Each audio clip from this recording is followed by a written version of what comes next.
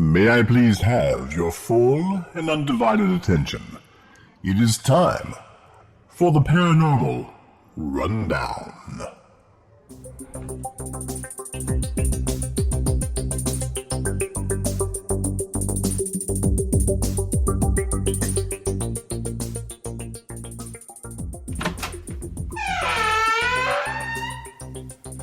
Hello, this is Cedric Dankworth Smythe. I would like to take this opportunity to welcome all fans of the paranormal, the supernatural, the unusual, the entertaining, the terrifying, the horrifying, and those things that go bump in the night and in the daytime too.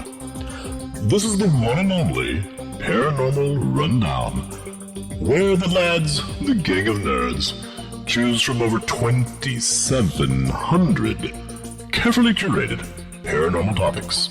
We've decided to end 2024 with 4 best of episodes. Tonight, you'll hear Season 1, Episodes 1 through 5. All those things that make the Paranormal Rundown what it is. Some history of the show. Some discussion about myself and my lovely daughter Avalon. We will be releasing one of these episodes every week for the next 4 weeks. So, if you missed any shows, if you need to bring the joy of the Paranormal Rundown to someone else, this is your time to shine. So as they say, shine on, you crazy diamond. Shine on indeed.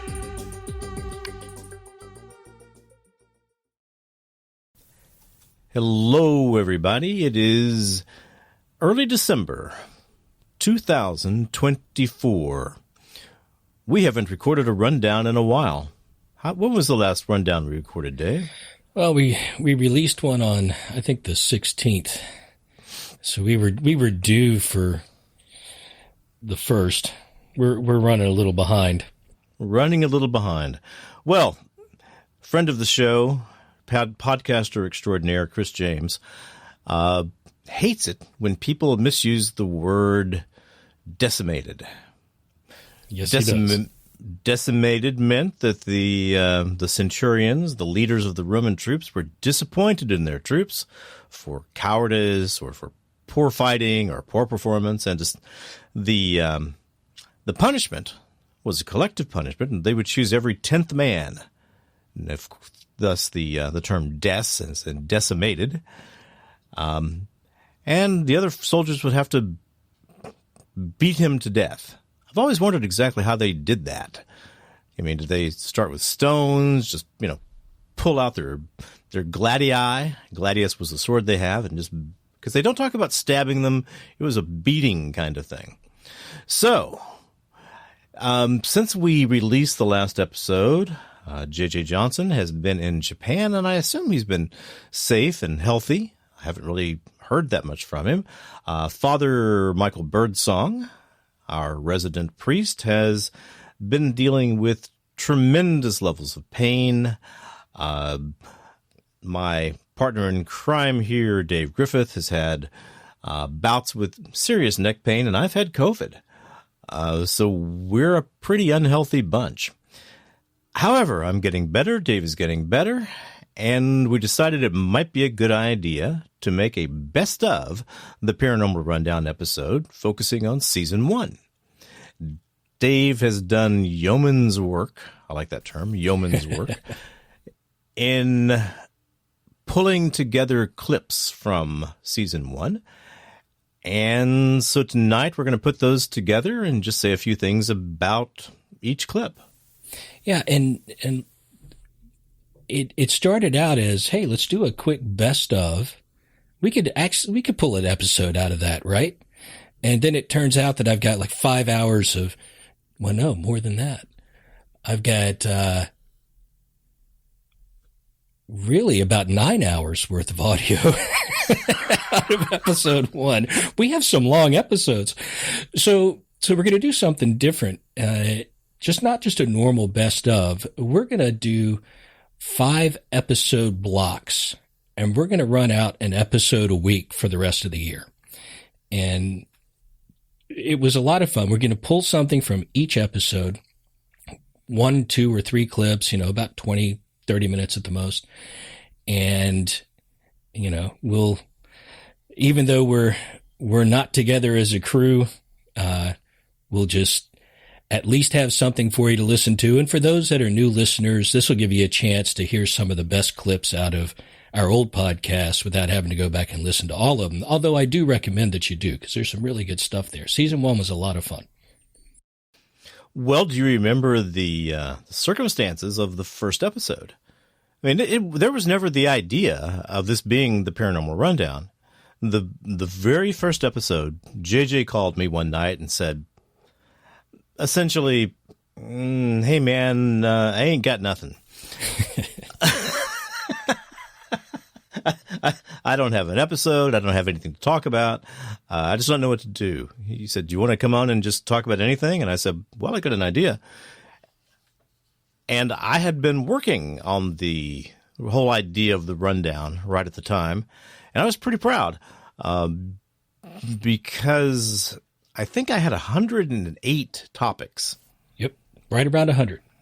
Yeah, right around 100. Somehow the number of 108 comes to mind. But I said, look, why don't we do the rundown? And, oh, that's a good idea.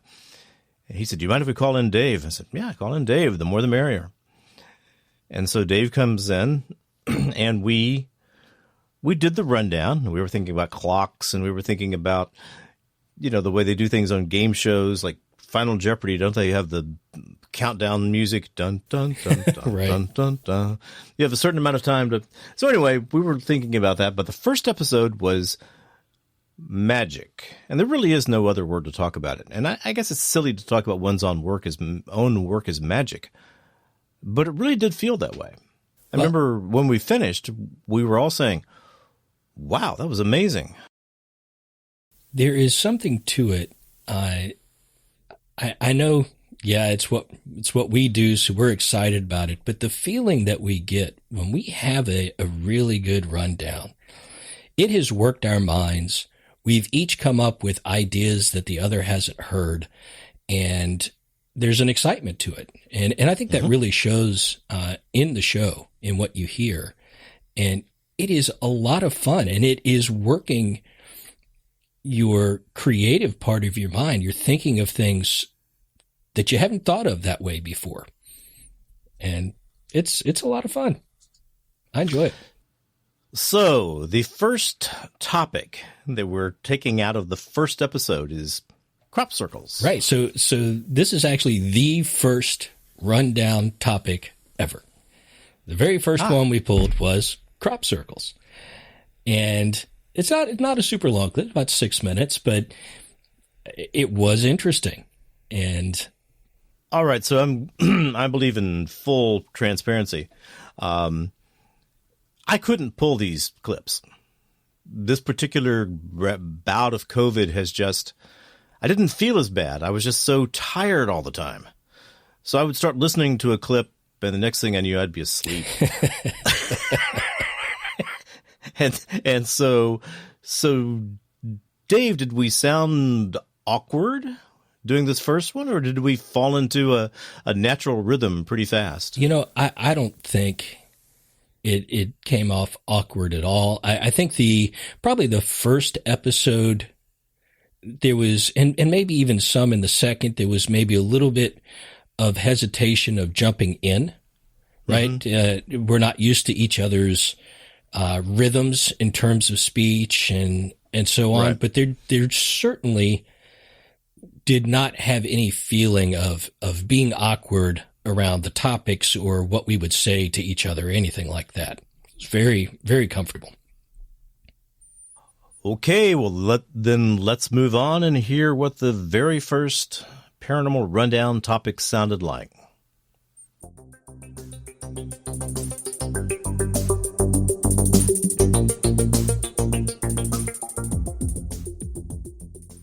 I will say that I have seen more than a few documentaries on them, but one of my favorite things is there was an episode of QI. Who has ever seen QI? Not I. I don't think I have. It is I just happened across it. It is a British, it's not a game show. It's more of a talk show, but it was originally hosted by Stephen Fry. And they would bring on 4 comedians, one of whom was a permanent fixture. And then they would ask them random trivia questions. And if they said the wrong answer, then a loud klaxon would go off. But they would talk about anything and everything from, how many moons did the Earth have, to all this other stuff. But anyway, there was one segment where they actually hired a professional crop circle creator to do the QI logo in random fields and then try to pass it off as the real thing. And it was a beautiful thing. But yeah, if you had to ask my personal opinion, I don't believe in them whatsoever. It's kind of the stupidest way for an alien civilization to try to communicate with us. However, as art forms, they are rather intriguing. David, have you had any experience with crop circles? I have not. I've seen documentaries on them, and some of them are incredibly intricate and elaborate. I don't know. I don't have an opinion on whether they're real or not, although I think probably if they are real, it's probably a small portion of them that are. I'd say the majority of them are probably created, especially nowadays. But they may be based on something that did happen at some point.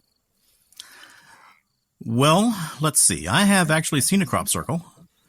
Really? In Iowa. My brother lives in Iowa.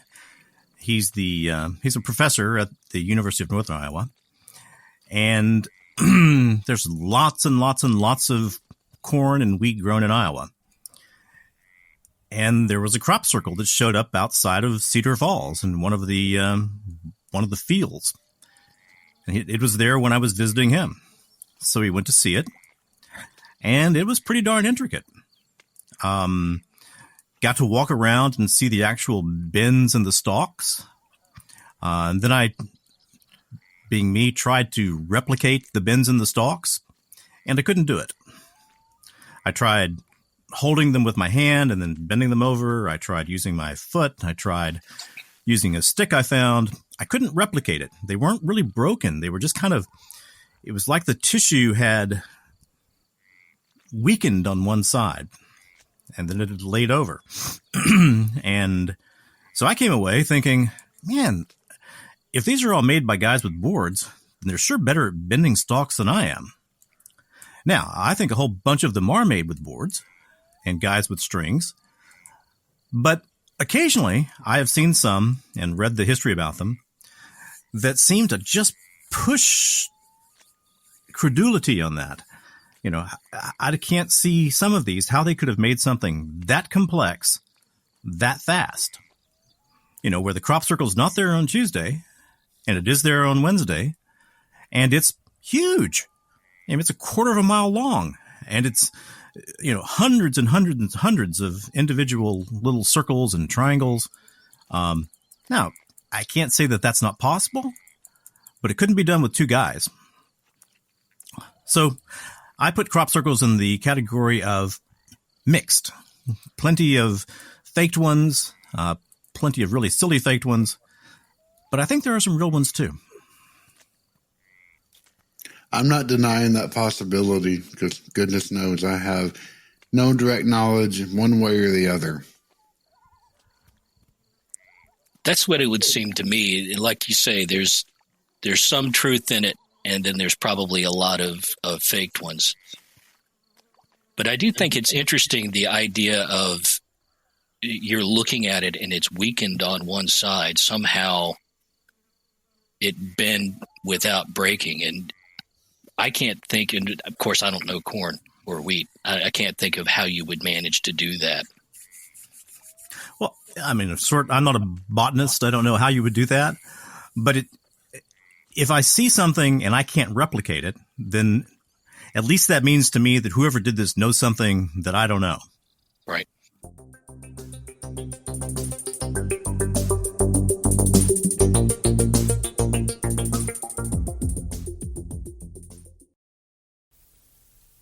And we're back.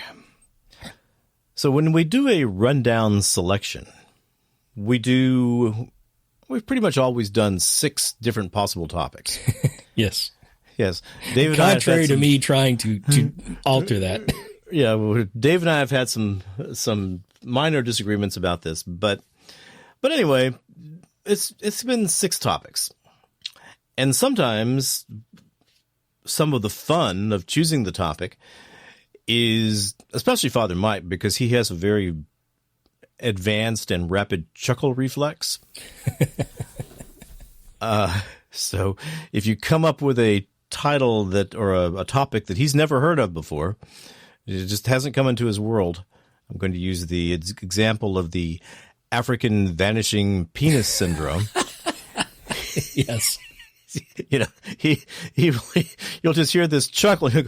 What'd you say there? What are you talking about? Well, come on, the African vanishing penis syndrome. Well, this is kind of the same way, because some of these topics aren't real well known, but the topic was hairy hands. Hairy hands. And the idea is that there's a roadway in England that over the years people have reported a pair of ghostly hairy hands invading their car and trying to veer them off the road and do other horrible things. And it's one that I had never heard of. So it was a good topic. It was actually the second topic ever of the Paranormal Rundown. Okay, so let's move on to the hairy hands.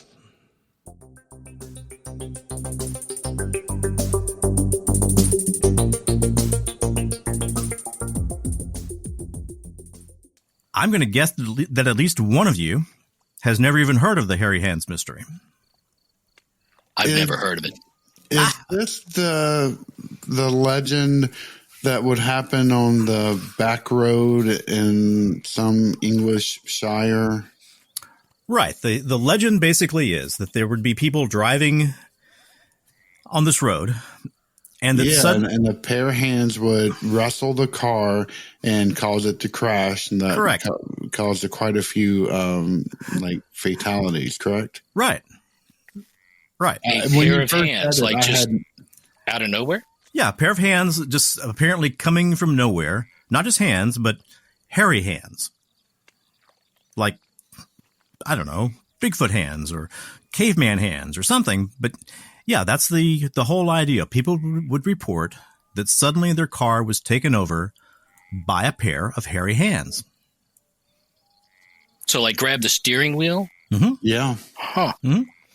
When you first said it, I had no idea what you were talking about. I'm like, yep, I have no idea. But yet something tickled the back of my brain. I went, oh, God, I've heard that somewhere. So, okay, I'm glad my mind was able to fish up something about it. I bet you I know where it came from.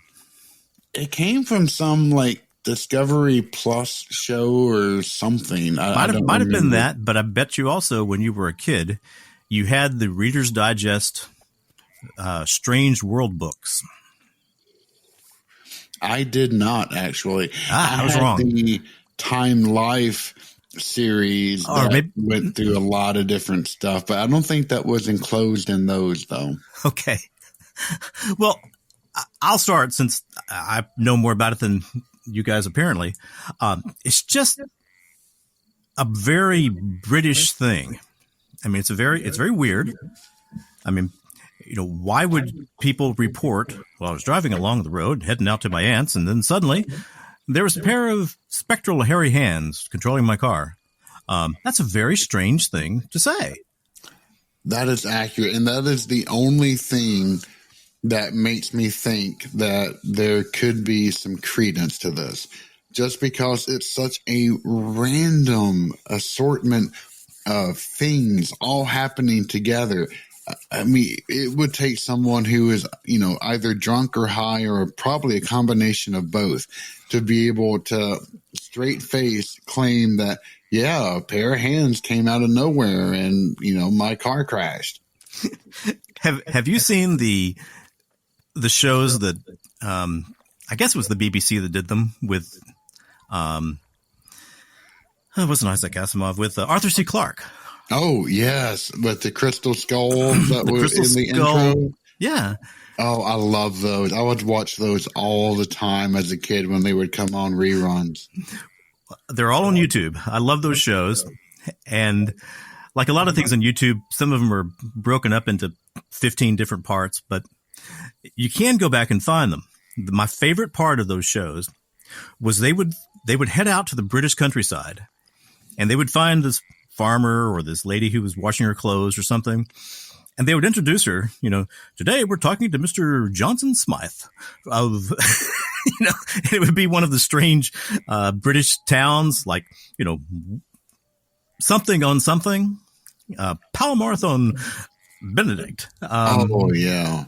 They have all these strange towns. And then he would get up and just give you an absolutely earnest statement. Yes, I was driving along, and suddenly there were hairy hands. So once again, it's one of those things that seemed to me like you would have to be a pretty creative author to even come up with that. Accurate.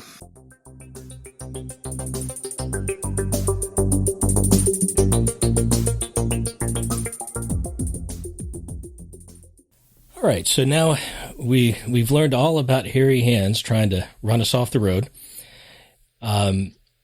The next one up is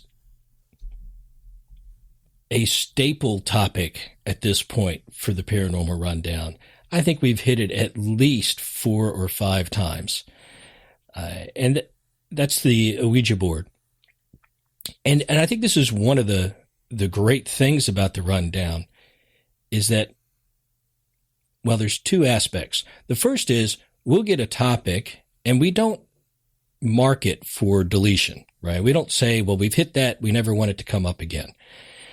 Because a lot of times we'll have a guest on, that topic comes up and they'll have a completely different perspective on it. And so we talk the same topic multiple times from different angles. I mean, yeah, sometimes there's a little repetition, but for the most part, it keeps getting to be a more deep understanding of a specific topic. And I said there were 2 things. I don't remember what the other one is. But in this one, we go through Ouija boards and the Estes method.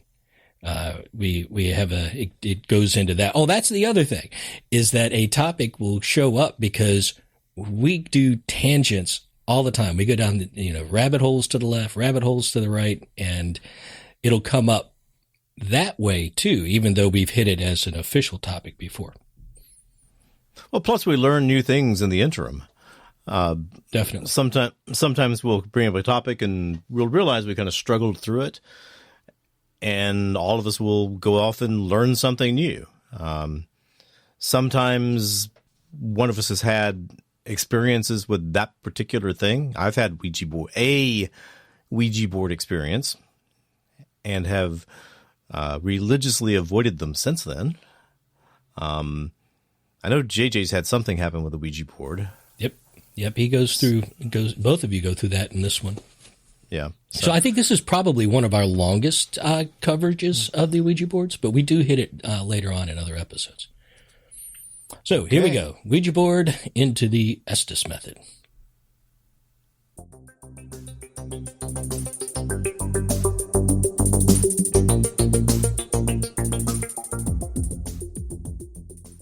Oh, goodness. I do have a lot on this one. Okay, good. That's where the meat is. David, you are the real paranormal investigator amongst us. Why don't you take first stab? Well, I don't investigate with Ouija boards. And although I think I've used one in the past once or twice when I was younger, but I think it's interesting to think about how they work. Everybody talks about the, demonology standpoint, the, demonic influence or possessions that may come out of them.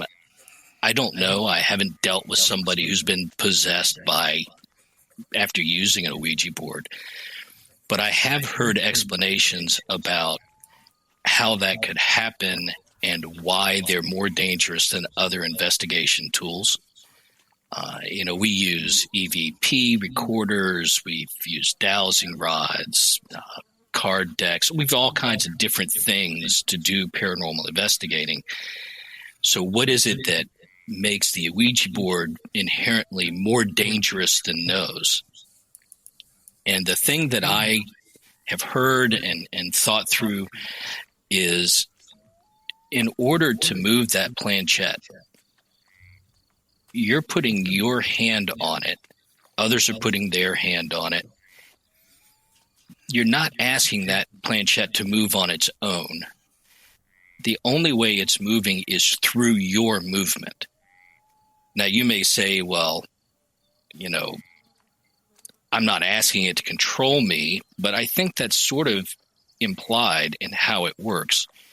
Is it's whatever is moving it through your hands. So you're sort of giving permission to move your hands for you.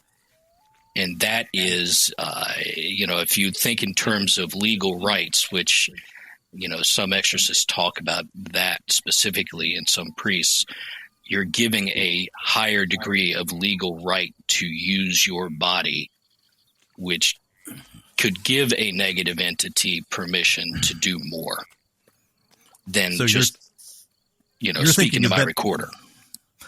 Sorry about that. You're thinking of that as being a foot in the door. Yes. And also I would add to that you are not necessarily dealing with an honorable presence. But you have no idea. I mean, even if you're doing EVP recordings or, probably the closest thing we use, which we do sometimes, is dowsing rods, where you're asking them to manipulate something that you're holding, but they're free-floating dowsing rods. So you're not asking them to move your hand; you're asking them to move the rod. Mm-hmm. You have no idea what's doing it. I mean, it could be a spirit, it could be a demon. You just don't know. But could be subtle electromagnetic influences of the earth. It absolutely could be. And with dowsing rods, it's real sketchy sometimes because they're so easy to manipulate subconsciously just by little hand movements. But that's not the case with a Ouija board. I mean, something's got to really move it. And yeah, I think you're opening a door. You're allowing them to get sort of a foothold, and you have no idea what's doing it. Yeah, I agree with all that. So, when the Ouija board began to be mass produced, did you know that the point of the game had nothing to do with ghosts or spirits or anything like that? It was rather marketed to speak to your inner self. I had no idea of that at all. I did not either until I'm going to bring up the name again. Until I watched an episode of QI, and there it was. And this was at least a fact that they brought up. I have not verified that independently, but I thought that was really interesting. The main thing about, I have played with a Ouija board once in my life.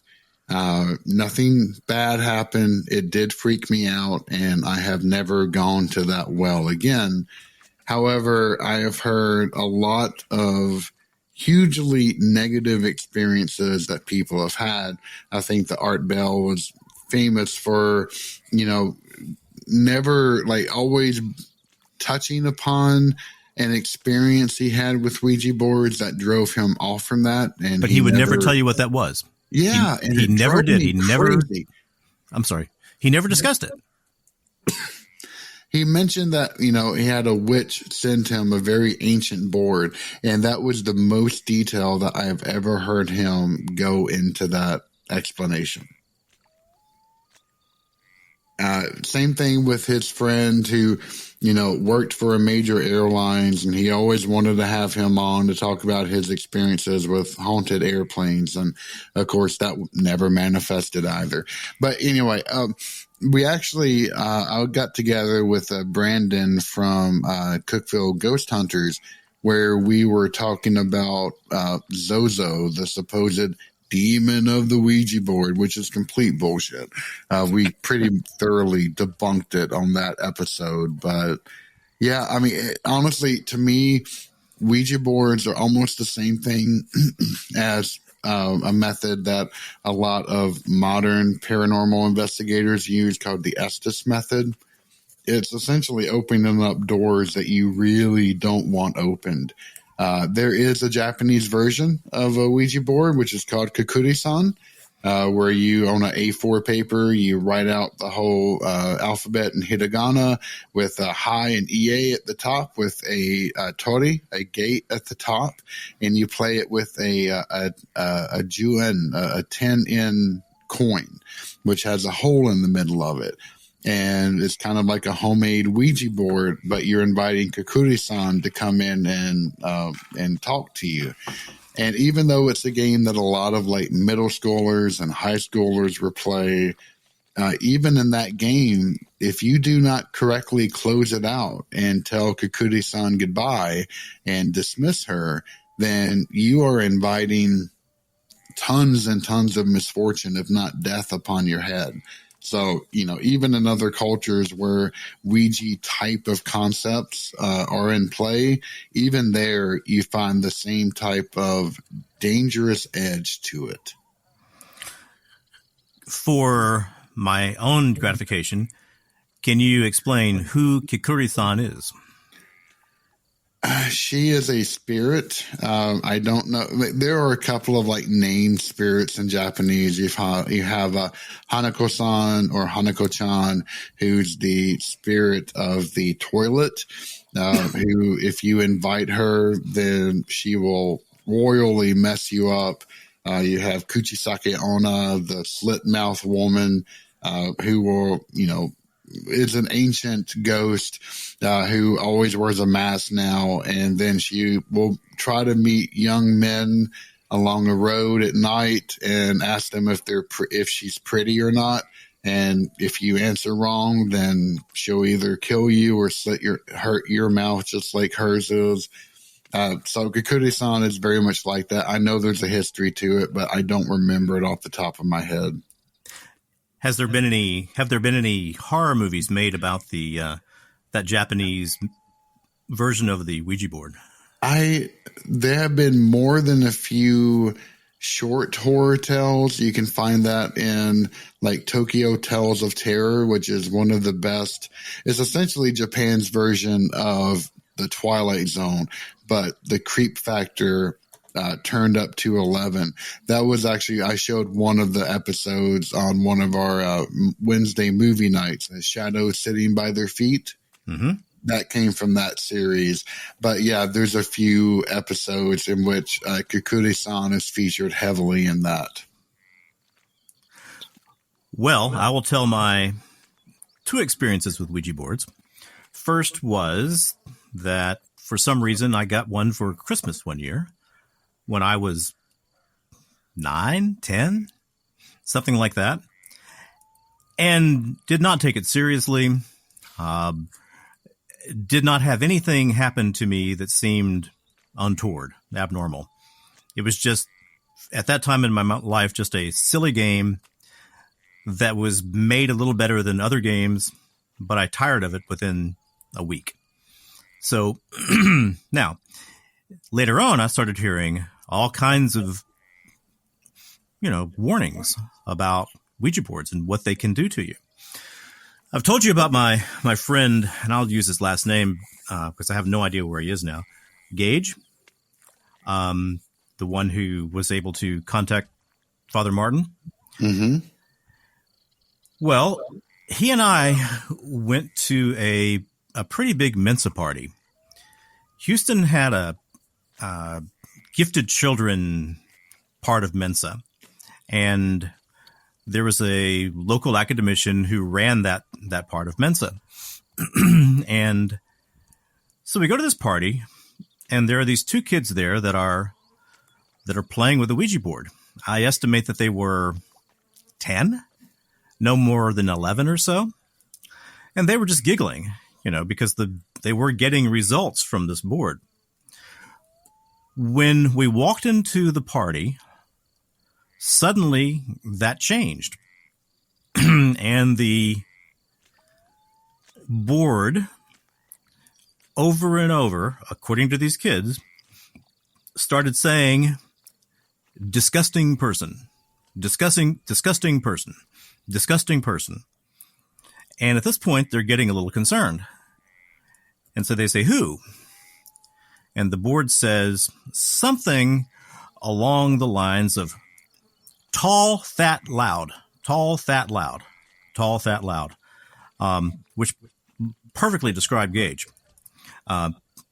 He's still the most intelligent person I've ever met, and absolutely, once he got going on a topic, would not shut up. So this spirit, I don't remember there being any name to the spirit, was apparently unhappy that Gage had come to the party. And so they took the time to start interrogating the spirit, trying to get information. And the most bizarre things came out of this session, saying that I was a spirit that once existed on Earth, but now I exist somewhere around Jupiter. Very, very strange things for them to say. And then finally, Gage says, remember, these are 10 or 11-year-old kids. Gage says, okay, here's a question for you. This big Southern accent. Tell me what the universe is. No time at all. Planchette starts moving around, and the answer it gives from a 10 or 11-year-old kid, two little, seems like it was a boy and a girl, was the universe is love and indifference. And at that point, I'm thinking, okay, 10, 11-year-old kid telling me that the universe is love and indifference. I'm getting, Nietzsche-level philosophy from 10-year-olds. Time to shut this down. So I said, hey, Gage, don't you think we should probably shut this down? And the kids, of course, were not wanting to stop this at all. They were wanting to continue. I said, look, they're not our kids. Let's tell their parents and let's get out of here, which is what we did. I didn't know anything about the goodbye. I didn't know anything about, the various rules of the Ouija board. But when I've got a board manned by a 10-year-old telling me that the universe is love and indifference, that gets my attention. Yeah, I can't say to blame you on that one. Holy crap. Yep. That's how I ended up feeling. And I haven't touched one since then. Well, I'm going to put myself in the category of, I find Ouija boards, I guess there's nothing fundamentally evil about the cardboard and the plastic and the little glass window. But I think it's the sort of thing that entities that have negative intention toward mankind can use to bring those negative intentions about. And I don't touch them. I wouldn't allow one to be in my house. And I'd sure be disappointed if my sons allowed one to be in their houses. Completely agree. In fact, I had both Josh B93 and his father Birdsong as guests on our podcast, and they both went and got permission to investigate a family member's house in which they had brought in a young girl who their daughter, this family's daughter, was friends with, to stay with them. And they found a Ouija board, and a whole bunch of weird stuff was happening. You can listen to those episodes if you want to hear more. However, when the family tried to burn the Ouija board, they could not do it. And so they finally just threw it away. But Father Martin always talked about the middle plateau. and opening doors that you don't know the rules around, that you don't know how to close. It does not, it does not seem to me like a really good idea. Well, I know that there are many, many parents now who wouldn't even take the spiritual aspect of it into account. Correct. It would just be, oh, Johnny wants a Ouija board. Yeah, sure. They've got them at Walmart. Well, and I don't think that the parents that bought it for their kids 50 years ago took spiritual aspect of it into account either. I don't think they thought of it as that kind of thing. Yeah, they just thought of it as a silly game that kids could play. Yeah, I mean, that's really a post-exorcist perspective on it, I think, that it became this super dangerous tool. True. At the same time, I don't think you can dispute that there have been people that have had problems from them, and I wouldn't have one. I think it is a risky proposition to play around with. Well, I think we're all agreed on the fact that we're not going to be doing any Ouija board sessions Accurate. on either Southern Demonology or Trailer Trash Terrors or anywhere that David is. I'm going to have a question before we go further. Yes. JJ, you mentioned the Estes method being as risky or something along those lines as an Ouija board. Can you explain why? Yeah. First off, explain what it is. I don't know. That's a really good point. So the Estes method, and I have never done this, so I can't claim direct knowledge. I first heard about this actually when interviewing Paranormal Will, where a person will put on noise canceling headphones. They will play white noise through them, and then people will be in a circle around them and ask questions, and then answers are supposed to well up inside of the individual, even though they cannot hear anything. And then they will begin to speak these answers that are coming from some unknown source. To me, and I actually brought this up, could this be dangerous? And even, Will had stated that this seemed to be like a really great avenue for a possessing spirit to be able to travel along. And I couldn't see a reason why that would not be the case. I mean, it's kind of the exact same principle of you are leaving yourself open. You're in front of a doorway and you never know what's going to come out of it. Okay. So I think I get the why.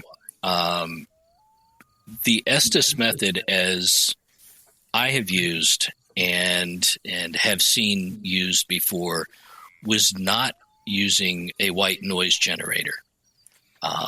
It's using a ghost box, which is a frequency sweep radio device, right? It's picking up radio signals. And the intention there is to isolate the person listening to the responses in the ghost box from the person asking or people asking the questions. So the person giving the response does not have any idea what the questions are. Therefore, they cannot interpret the responses through the radio frequency sweep within that context. And I've not viewed that as a dangerous activity, right? It's no different than listening to it through a speaker. What you're doing is trying to protect the integrity of the answers by not letting the person know what the questions are. Yeah, and I would say that is a much safer way of going about it, because you don't have a person who is just sitting there exposed. Rather, you're letting that conduit of answers be a spirit box. And I would say that is a much safer way of going about it. I like that method a heck of a lot better than the other ways that I've heard that to be practiced.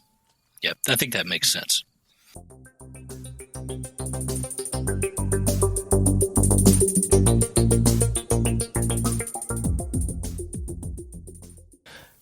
Starting with episode 2 of the Paranormal Rundown, which was not immediately adjacent to episode 1. I mean, it was a good long time. It was 3, maybe 6 months between the two. We had the feeling that we wanted to do another rundown right after the first one. Mm-hmm. But there was logistics. There was thinking about it. We were deciding if we wanted it to be its own podcast or continue as separate episodes. Mm-hmm. So there's a lot of that before we finally sat down and said, okay, let's record again. That is true. Then we thought about the idea of guests. And the very first guest we had was Father Michael Birdsong.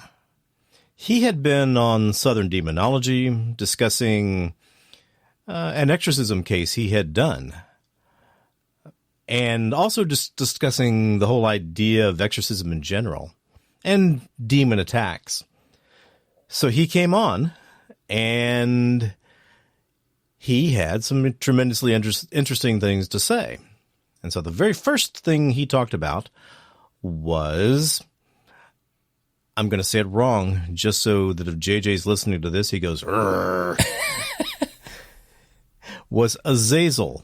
Azazel. And yes, but I'm pretty sure that the name Azazel is in the minds of most people who have watched the TV show Supernatural, because they refer to the yellow-eyed demon in that show as Azazel. However, I have been told, I don't know, just one sort of infinity, that the word is Azazel. And yes, we still kind of get chuckles out of that. So, Dave, do you have anything to add about that particular topic? No, I think that Azazel is, and this was actually the case that Father Mike, I think, did in much deeper detail on JJ's podcast.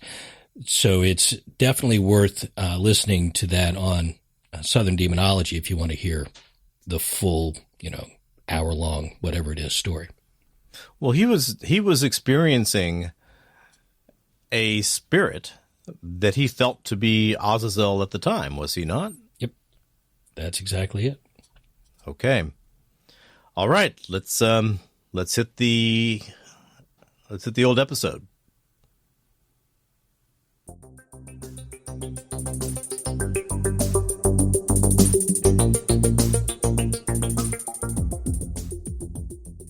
All right. Go for it. Actually, I'm going to turn the table over to Father Birdsong, because I think everyone would like to hear the story that you just began. Okay. Well, of course, we know Azazel or Azazel.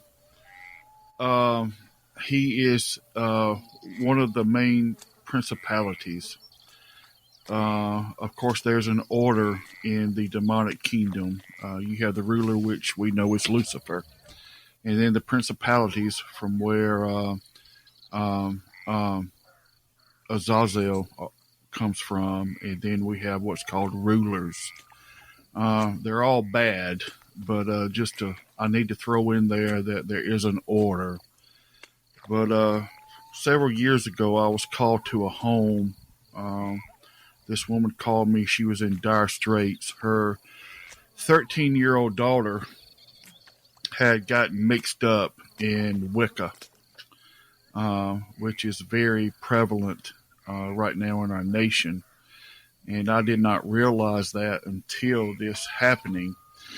But anyway, all kind of weird stuff was happening in their home, and I'm going to make this as short as possible.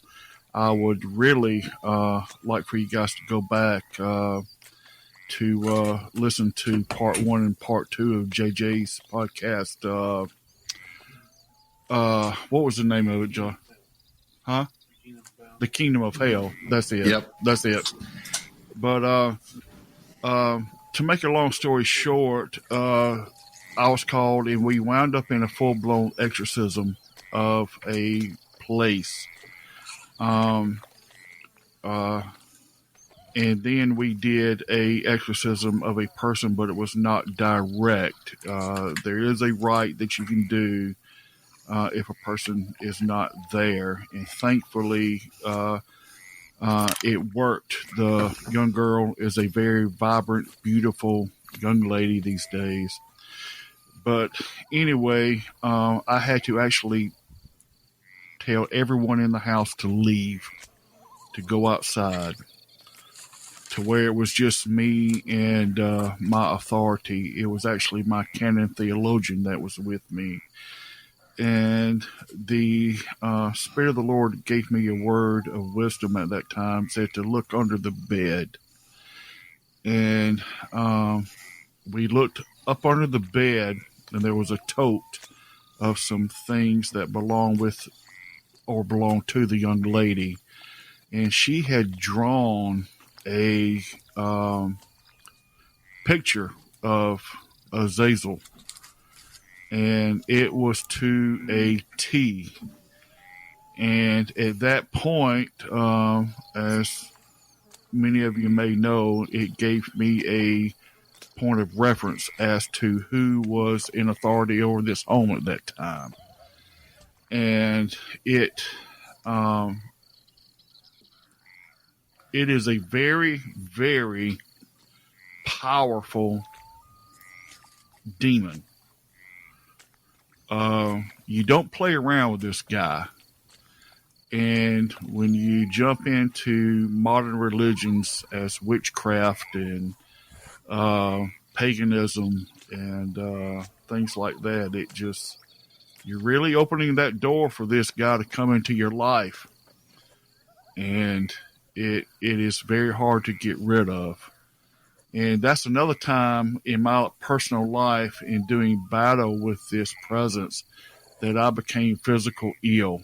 I told JJ, as a matter of fact, when this was over with, I was physically, mentally, emotionally spent. It took me, about 4 days? It took me about 4 days to recover from this. And see, people think that when you're playing around with these things, that it's, just a few minutes and it's over with. You done had a bad day if you believe in that mess. I tell everyone today's believers' authority stuff that they teach, that's enough to take you down to the neighborhood bar and get your rear end handed to you. Azazel don't play, and he's got a history. He was there with Baal from the beginning, and very, very dangerous adversary. So let me ask a question, if I can. Please. So you're looking at a drawing. Yes. And you're saying that it stood out that this was Azazel. So yes. What are you comparing that to? What's your reference? Well, as JJ and I have spoken in the past, and this is why I love JJ so much. He is a history nerd. Did I just say nerd? JJ, I love JJ. You're right. He is a bookaholic, man, and I love him. But I always go back to the beginning. I don't base anything on today's books. I go back to the church fathers, into the early church drawings, even into the Egyptian stuff. I mean, you can find demonic drawings from way back, even of Ashtar or Ishtar or Baal, and I contrast all these drawings, and I look at them regularly to know what I'm looking for. And you would be surprised if you look at history, what you can see today. A very interesting point. Did you know that the demonic person Ashtar or Ishtar is a split image of our Statue of Liberty? No. Look it up. or I will send JJ a picture and then he can pass it on. Josh, do that right now, as a matter of fact. But yes, I go by history in old accounts, and so as soon as I saw it, I knew what I was looking at. That is why every person that even thinks about going into the quote unquote office of an exorcist, if you don't have an education or history of the demonic, like Ishtar, like Baal, Azazel,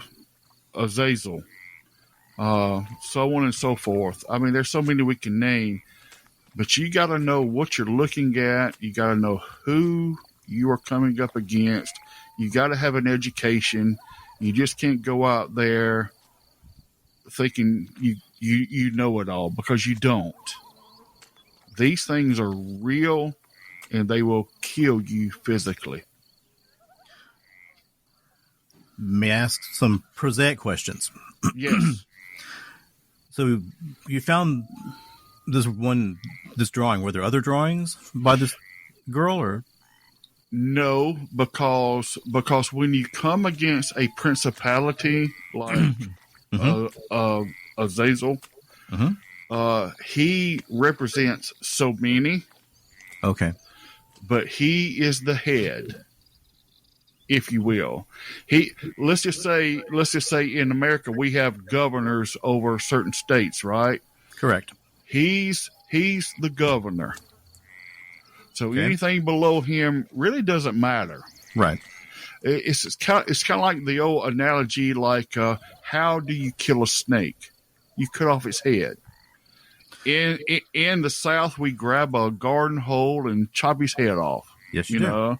So the same point is with that. He's the head. So if you take care of him, you've taken care of the rest.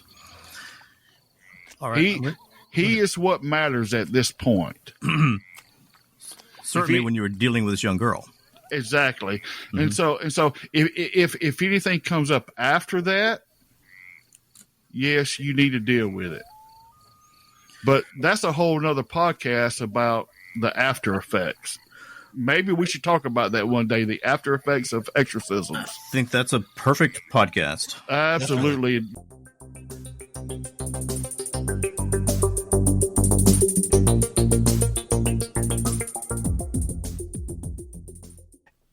If you have an image in your mind of a priest being someone who is constantly in a reverent state and very reserved in terms of laughing and enjoying life, well, you have a different priest in mind than Father Mike.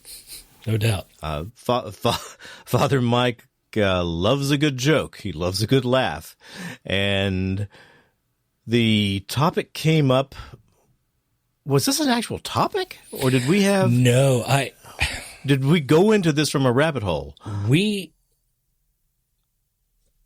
Boy, I can't remember exactly how Fugu started, but it started as a conversation on Fugu. The whole conversation was too long to put in here because it was a half-hour, 35-minute long clip. But we started talking about Fugu. Fugu. Okay, for anyone who doesn't know what Fugu is, Fugu is pufferfish. And it's a delicacy in Japan, probably other countries too, but if it's not perfectly prepared, you die. It's got tetrodotoxin in it, and you die. And every year, from my current understanding, people still die from eating fugu. Not from well-established fugu chefs or restaurants, but from arrogant backyard barbecue guys. I mean, it's really got to be the Japanese equivalent of the Southern good old boy. Dang right, I can cook me some fugu. Hey, listen, I have caught and cooked pufferfish before, which is a relative of the blowfish. It's a non-spiky. We call them blowtoads. In North Carolina was where I would catch them. Mm-hmm. And when, they have a really tough skin, you cut them open, and there's literally just 2 strips of meat on the inside of the spine. It's very easy to cut and remove. So it's kind of like back straps. Yeah, it's exactly like back straps, or really tenderloins if you think about it, because it's on the inside. Mm-hmm. But the problem with blowfish is that cleaning it out before you get to them, because it's a gland in there that has that toxin in it. And so anyway, we somehow the conversation extended to other things that we've eaten or tried to avoid eating. As is wont to do on the rundown. I tried to avoid eating. And so this topic was bamboo chicken and then finally Rocky Mountain oysters. Yeah, and several steps in between. It is, it's not the most paranormal topic we've had, but it is good for a laugh. Well, and if anybody's wondering, I still have a 100% record of avoiding Rocky Mountain oysters. Same here.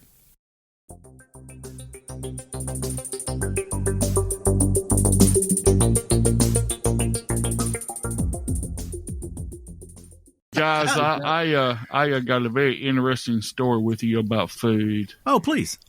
I was in Belize, Central America one time, and JJ, this is actually where I got into my first exorcism experience. But anyway, we were in the jungles of Belize, Central America, way back in the late 80s, early 90s, before it turned into a tourist attraction. And I learned to receive whatever food I was eating with grace. You understand what I'm saying? Gotcha. And we were in the jungle area, and these folks were cooking in their village. And this stuff I was eating, it was pretty doggone good, man. I'm here to tell you. I mean, we had flour tortillas and red beans and real, when I say real mango jelly, I mean it, because it was, the stuff right off there. the trees. Yeah. The good stuff. And the good stuff, right. And I asked my interpreter, I said, what is this meat I'm eating? He said, you don't want to know. I said, what? Can I guess? It's roasted and it's pretty doggone good. I said, no, seriously, I want to know what I'm eating. He said, well, the natives call it bamboo chicken. I said, look, I'm thinking to myself, I'm a country redneck that grew up in Georgia and Alabama. This ain't no chicken that I ever had in my lifetime. And I said, okay. I said, well, what is bamboo chicken? He said, it's iguana. Oh, okay. Oh, that's not as bad as I thought. It was actually pretty doggone good. I thought it was going to be rat. Well, I was thinking it was going to be capybara, those big, huge rats. Yeah. Or those. What's those hybrid rat things that's growing in Louisiana now? They call them nutrias. Nutria. That's it, nutria. But they say those are good, but I don't know. I have eaten them. I grew up eating squirrel. I did too. Yeah, and squirrel is great, especially if there's a really big crop of acorns. The meat gets a nice nutty flavor to it. Yeah, it's fantastic. So dumplings with it. Oh man, squirrel gravy all the way. Yeah. Good stuff. As long as you're not eating mountain oysters, I think you're doing I JJ, never had have any you ever desire. smelled those things cooking? No, I have not. You don't want to. Yeah. The most adventurous I ever got was I had chitlins once. And, those are nasty too. That was about the nastiest thing I've ever eaten. And I realized after that I do have a line. Well, there are things that just aren't worth trying. In Thomaston, Georgia, believe it or not, guys, in the county that's next to us, they have what's called the Chitlin Hold Down every year. Now, if that ain't Southern redneck. That I is don't Southern know. right there. I hear you. And that's what they do all up and down the highway is cook, fry, and boil chitlins. Oh, nasty. Now I love fresh pork rinds. Oh, yes, absolutely. Right? Which is something that you think would be disgusting. No. Right? No. But, man, Cracklins, fresh. Yeah. When they make them right there, so good. Absolutely. Well, I don't like to lie. I really hate lying. But I have found a situation where I do. And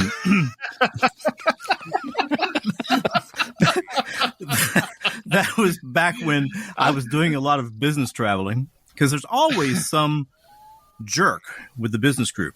And you get somewhere and you get to the table and say, all right, we're going to get us a big old plate of mountain oysters. Oh, God. And it's a coercive kind of thing. Now, you're all going to eat some mountain oysters, aren't you? And no. It comes around to me and I'll say, well, I'm Jewish and mountain oysters aren't kosher.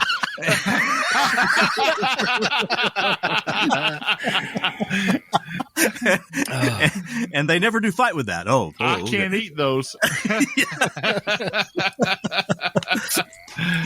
Oh my gosh.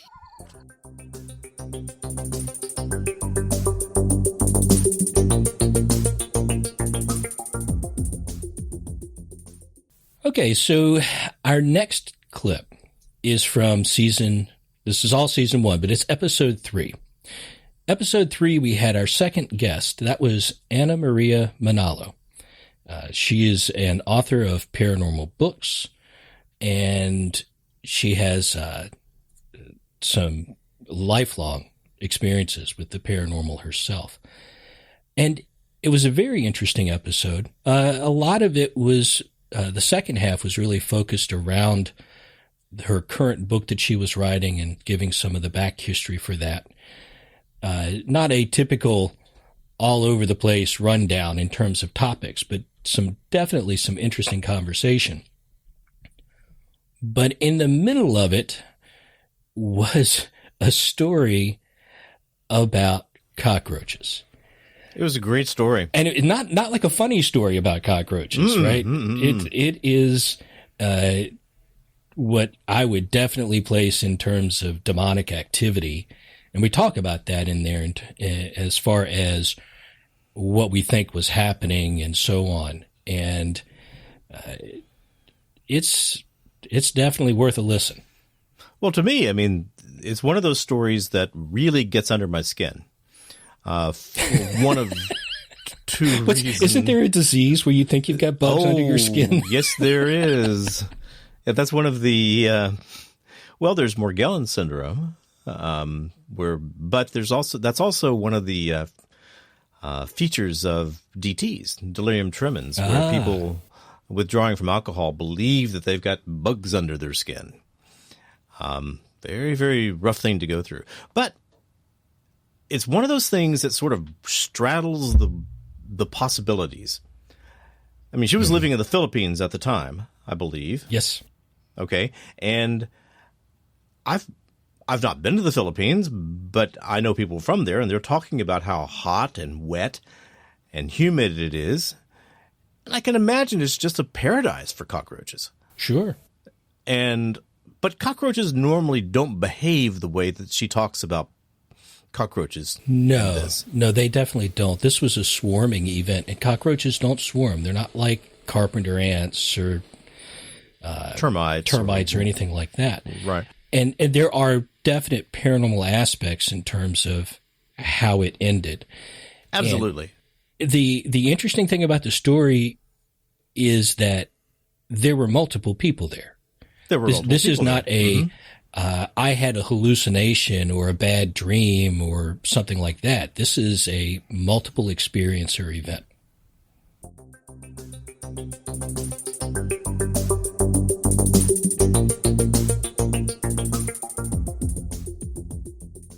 So on the 5th anniversary of our emigration, we decided we would fly back and visit the old country. The grandparents were still there, cousins, etc., were still there. They welcomed us. And then, of course, we went to my paternal grandfather's house, my father's father. Mm-hmm. And this is where it gets very, very strange. So you want to sit down for this one. I'm sitting. We were there primarily to catch up. It was my grandfather. It was my father's favorite brother, who at this point was married and expecting his first child. Mm-hmm. He was the youngest of the brood. So in the course of the day, as the evening wore on, we were invited to stay for dinner, which we accepted. I was sitting in a rather long and sizable dining table, from what I recall. And to one side of me was Yola, who was my uncle's wife. And I think she was probably about 5 or 6 months in the family way at that point. She brought out a bunch of albums.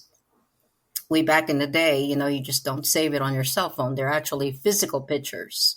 Mm-hmm. So she brought them all out just for nostalgia, to show the whole family when they were young, including my father. Of course, it invariably came back to my father, who was the focal point and the center of where everybody was, looking at where he grew up. That was still the same house he grew up in. His bedroom was still there. We were looking at pictures and a piece of paper fell out. And this is probably now around 8 o'clock at night, because people eat late back in the Philippines, just like they do in Europe. She picked it up from the floor. My mother was sitting on the one side of her. My grandfather was sitting opposite of them. And as I was looking on, she unfolded the paper. It was a very old paper. And she put it right in front of me. And it was my father's death certificate. Ooh. Now, just to give you a history, I never knew what my father passed away from.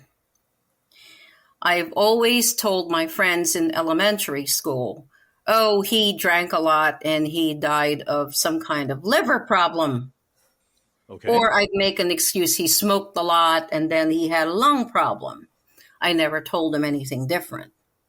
But I always believed what I knew in my heart to be true, that he had ended his own life. I can say this now like, I'm drinking a glass of water because it's been so long. Right. So when she opened the paper, my mother did not know what it was. And I looked down to find out that he had exsanguinated. He bled to death. Right. And it was right there in black and white. And my mother turned to her, to the sister-in-law, and said, oh, Yola, she didn't know. And Yola looked at me, her whole face turned white, and she said, I am so sorry. I didn't realize you didn't know. And I said, but I do know. Okay? At that particular moment, there was a network of windows that stretched the whole entire left side of the dining room, and it all blew open simultaneously, and a whole bunch of roaches, thousands of them, came flying in. And the servants were in the process of putting the food down onto this large, long table. And they had covered the entire room. You could smell them. You could hear their wings. The room was starting to darken, and something just made the temperature of the room plummet. I could see my breath. Oh my gosh. That sounds right out of a horror movie. Yeah, this is very definitely horror movie territory. I was in Hawaii one time, and we were eating at a very nice restaurant on the beach there at Waikiki. And I was there for business, and I was sitting there with my direct boss and then a colleague. And I look off across the ocean, and I see this cloud coming toward us, this black, thick cloud that's getting closer and closer and closer. And what it was a cloud of billions, maybe trillions of termites. And the next thing we know is these termites are they're in our hair. They're going down my colleague's shirt. They're getting under her bra. They're all over her food. They're all over the table. And apparently that's something that happens in Hawaii on, a few times a year. We just really picked a bad time to eat dinner on the beach. Oh my. But is that invasion of cockroaches something that happens with any kind of regularity there in the Philippines? No. Okay.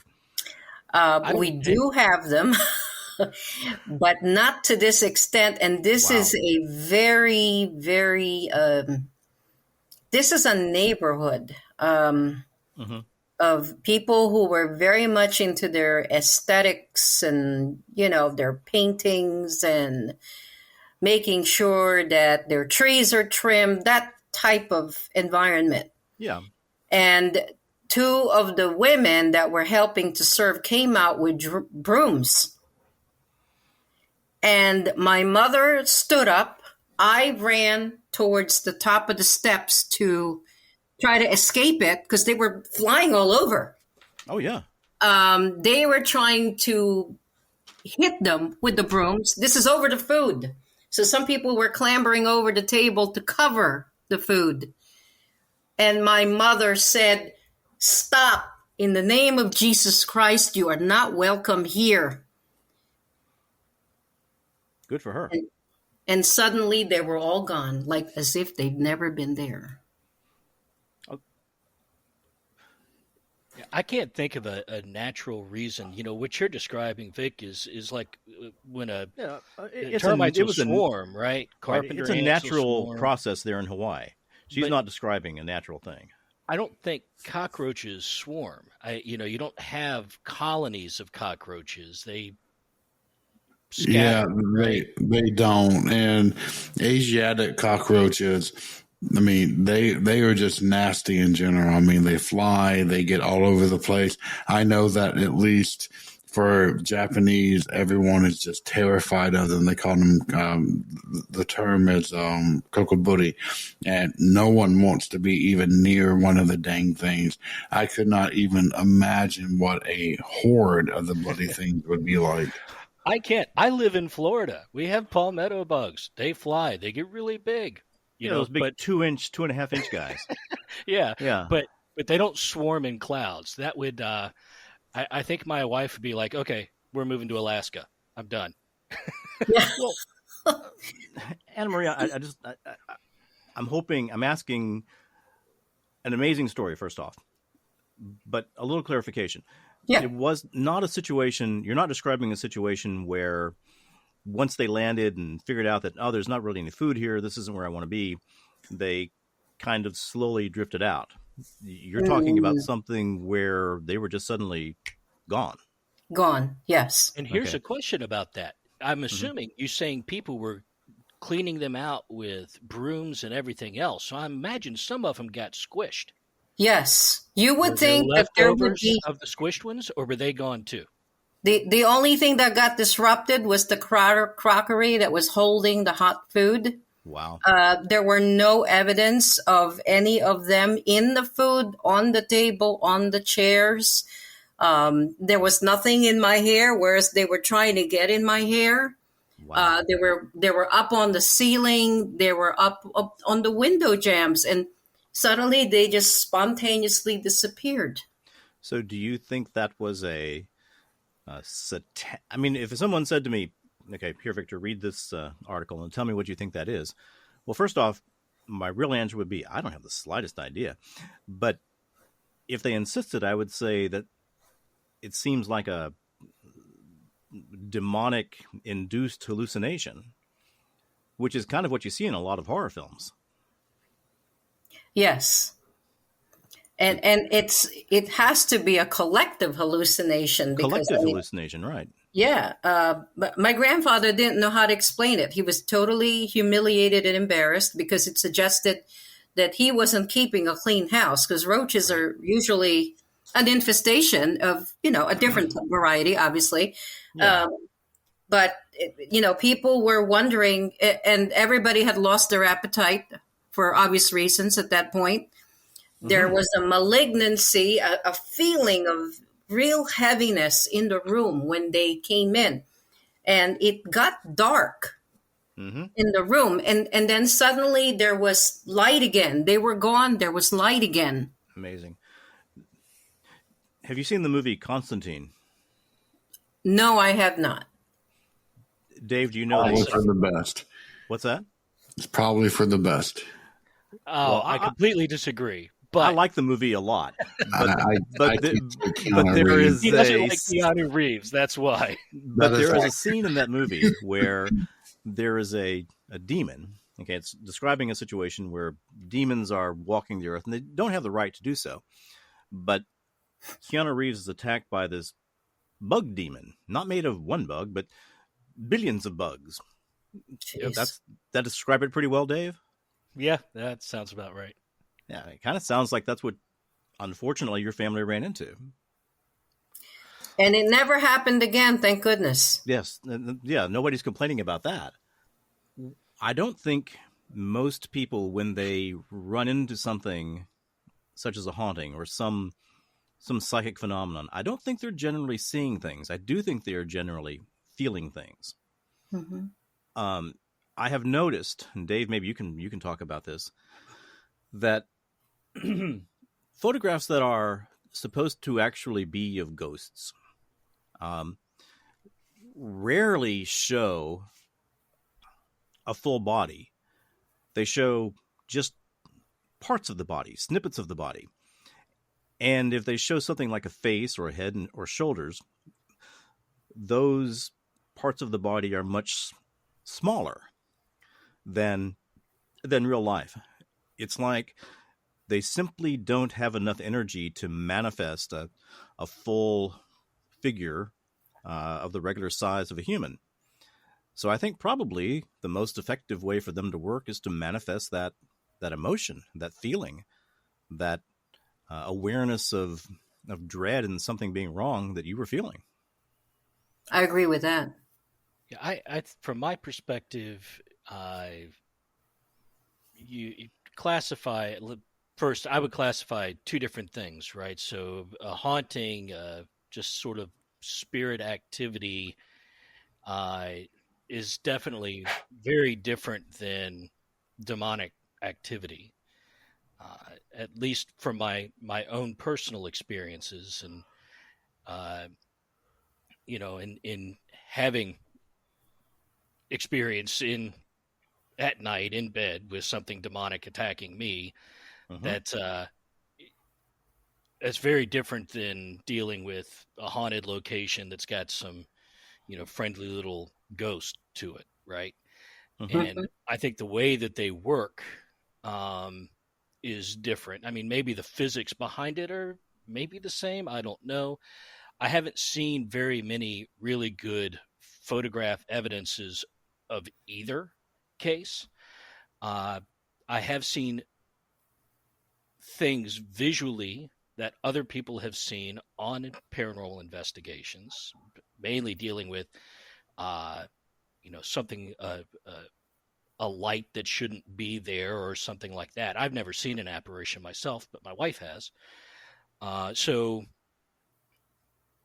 I don't know about that. I know from a demonic standpoint, I think there's a lot to what you're saying, Victor, which is that there are impressions given mentally.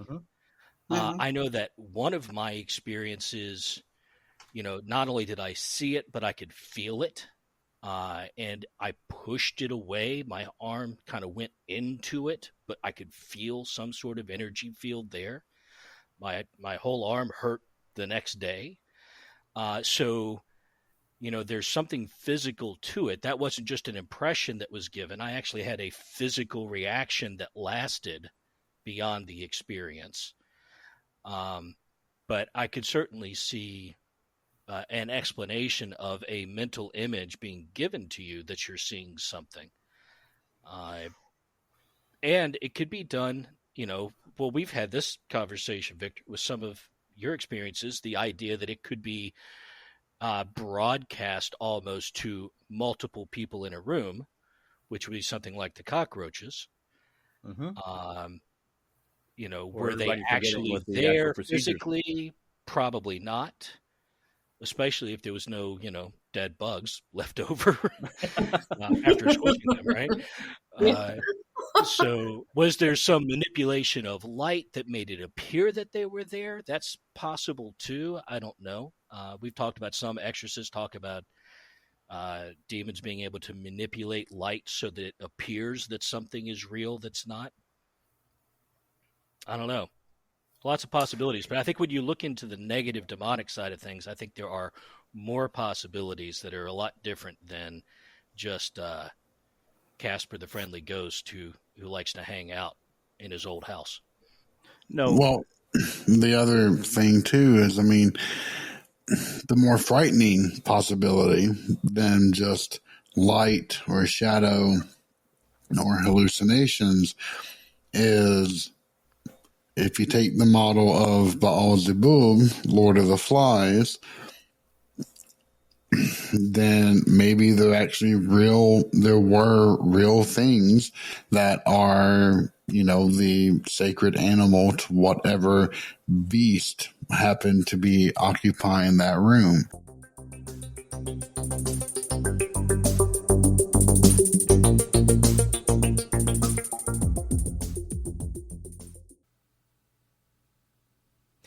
It's never easy to get guests on shows. We've made many, many more requests than we've had agreements to be guests. The guests we've had, I think, are excellent, but it can be a struggle. So it's not at all uncommon for the original core of the show, myself, Dave, and JJ, to create an episode. And it's fun when we do. Sometimes it's nice to go just back to the crew and just have some of our funniest episodes are like that because we tend to relax and get a little humor going sometimes. But I hope this doesn't come across as arrogant, but it's something that I've noticed, and I want to do an episode either on my podcast or on the Rundown sometime of we're a strange little group of people. In that, look, if you were an alien just wanting to come down and abduct 3 people who had pretty high IQs and pretty good minds, you could do worse than the crew of the Paranormal Rundown. It wouldn't really be a bad day for you if, just thinking about it at the fishing hole, throwing your rod out or your reel out to catch the fish. It wouldn't be that bad a day. But we take the paranormal seriously. And as in, we're talking about a real part of the world.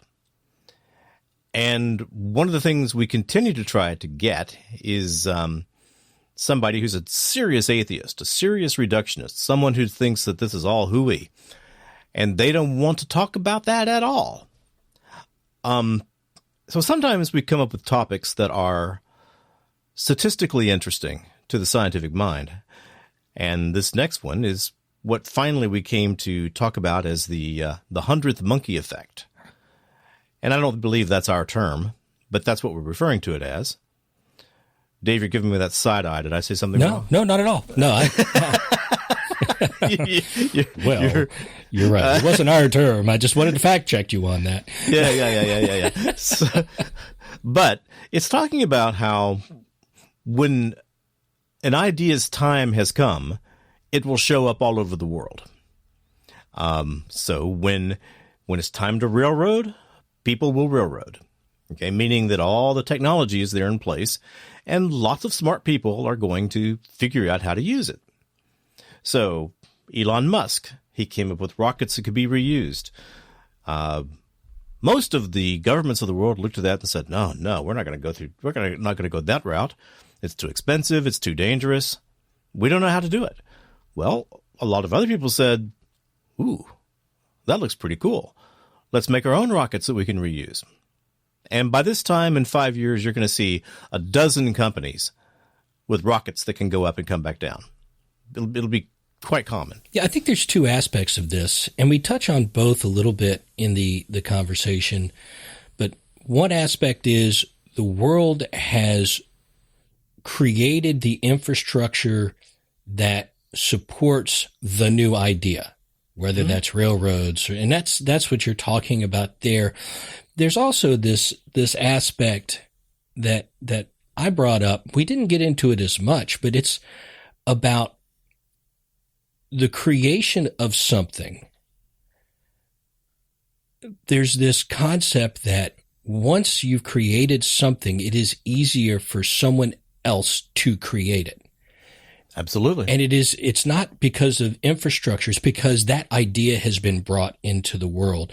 And again, we're talking about this from not from well, I've created it, and so somebody else sees what I've done and they can create it. We're talking about someone completely disconnected, other side of the world, has never had any interaction with me or anyone that's had interaction, never seen the idea. Now it's an easier thing for them to come up with. And trying to apply that to paranormal.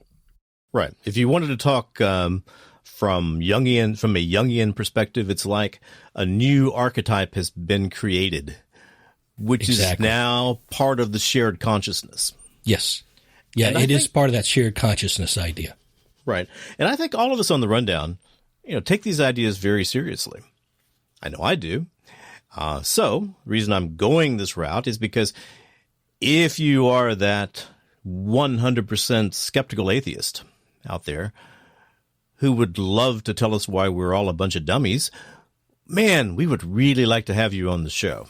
Feedback at paranormalrundown.com. Feedback at paranormalrundown.com. Because finding that person has proven to be very, very difficult. But anyway, let me leave that and let's go talk about listen to the 100th monkey concept.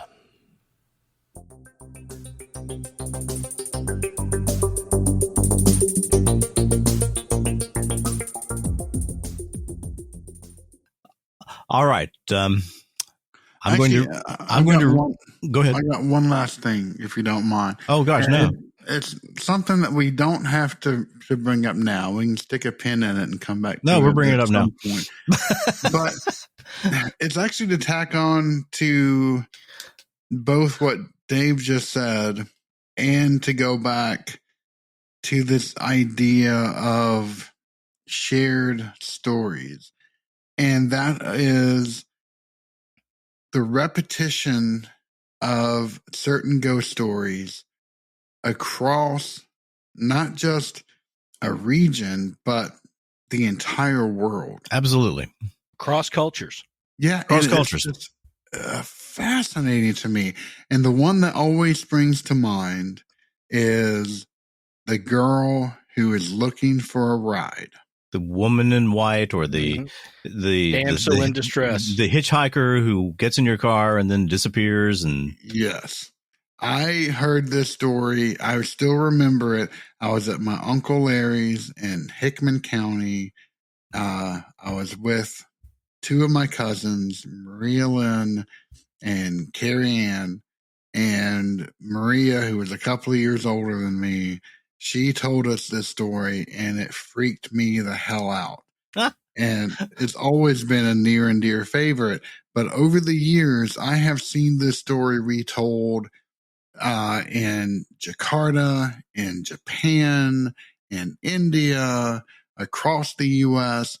It is just amazing how often I hear this story repeated like it's the most original thing in the world. It fascinates me. It really does. Well, I think no matter where you go in the world, you've got certain emotions that are very powerful in people's lives. One of them is the desire to be loved, the desire to have someone who's faithful to you. And aren't a lot of these stories kind of based on the woman who's been treated poorly? Oh, dear Lord, Joes. I can't tell you the number of yokai stories that all have their root in that same exact kind of thing. Okay, so some woman whose husband is or boyfriend or husband has cheated on her, and she probably goes and takes her life. But I think it's fantastic that you find these stories everywhere. I bet you they're in Africa. Oh, I can guarantee you that they are. There's also a concept that, and I think there's a name for this. Maybe you guys will remember it. I don't. But this concept that once you come up with an idea or a story, something that's got a lot of energy and emotion attached to it, that it becomes easier to recreate by others. And have you ever heard that, Vic? You ever heard that theory? Yeah, when it's time to railroad, people will railroad. Sure. The cultural changes occur across cultures across the entire world. Right. And without direct contact. Without direct contact, yes. And it's this idea that once this idea is brought into existence, now it becomes easier to recreate by others who have never been exposed to it. And this could be an absolute example of that, right? Yeah. And ghost story in one area, and that makes it more likely, if it's a really good one, it's got a lot of energy around it, a lot of belief around it, that well, I mean, there's a whole set of concepts that have to do with kind of worldwide shared consciousness. Which God, don't make me go into my Joseph Campbell's evil rant again. Remember, if you ever need to find the world's greatest Joseph Campbell fan, just write to JJ. And that would be accurate. he will tell you everything he knows about Joseph Campbell and how much he loves him.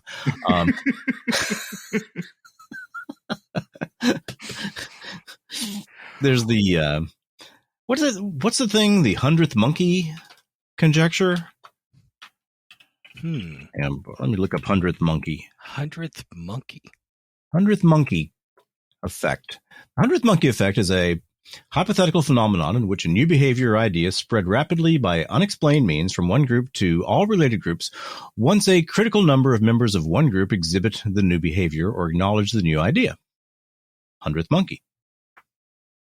The behavior was said to propagate even to groups that are physically separated and have no apparent means of communicating with each other.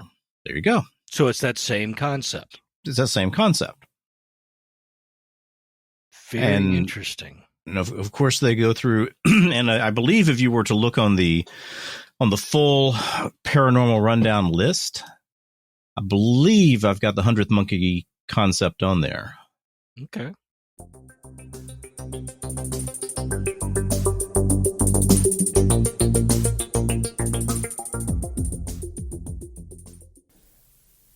All right, now that you know all about the 100th monkey effect, we're going to go into our next topic. You know, aside from the fact that we tend to relax and joke around more when it's just the core crew, the other thing is we also tend to get very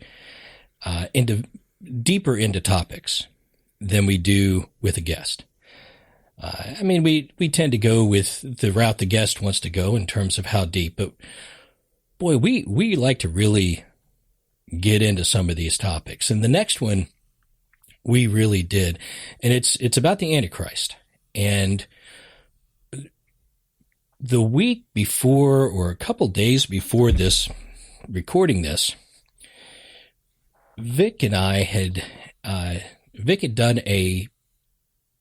an episode for Trailer Trash Terrors on the Antichrist, where we went into all different possibilities of who could be the Antichrist, how it would work, and just breaking that down. And so that bled into this conversation because I really wanted to get JJ's take on it. So that's what the next one is. It's all about the Antichrist.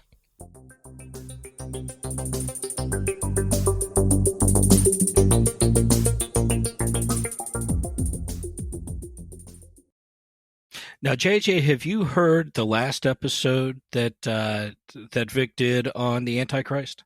No, I have not yet. I'm still playing catch up on so many different things. I apologize, but No apologies needed. Yeah, no. We just no, we feel had a lot bad of fun about it. with it. It was a really interesting conversation that went well all over the place as usual. But I think the outcome was fascinating. So before we get to because I really want you to talk about your final concept that was in that show, Vic. JJ, what are your thoughts on the Antichrist? So I have been slowly constructing an episode on the Antichrist from a quote unquote biblical perspective. And it's kind of interesting. But let me start off my thoughts with just a simple question. If you had to name a book of the Bible that talks the most about the Antichrist, what would you say that is? Well, John 1, John 2. Isn't there some in Timothy? And I don't think there's very much at all in Revelation about it. And that's the thing. There's zero mention of an Antichrist in Revelation. Yeah. It's only in 1 John, 2 John, and then some post-biblical literature. And aren't there some references under a different name in the Old Testament in some of the prophets' works towards the end? No, I mean, well, they certainly wouldn't be using the word Antichrist. No, they don't. But it seemed like there was a character mentioned, and I don't remember. I'd have to look it up. But, so, like Ezekiel has Gog of Magog, that's mentioned as Israel's final enemy. You've got Daniel, in which you've got the evil king or evil tyrant. That's kind of the final enemy. So yeah, you do have some ideas of that, but even the word antichristos, it began as the word antitheos in Homer, which just means godlike. There's no idea of anti as in against. That is more folk etymology that kind of wrapped into this entire concept, which is then the opposite of or against. That's just where the basic idea rolled into play on.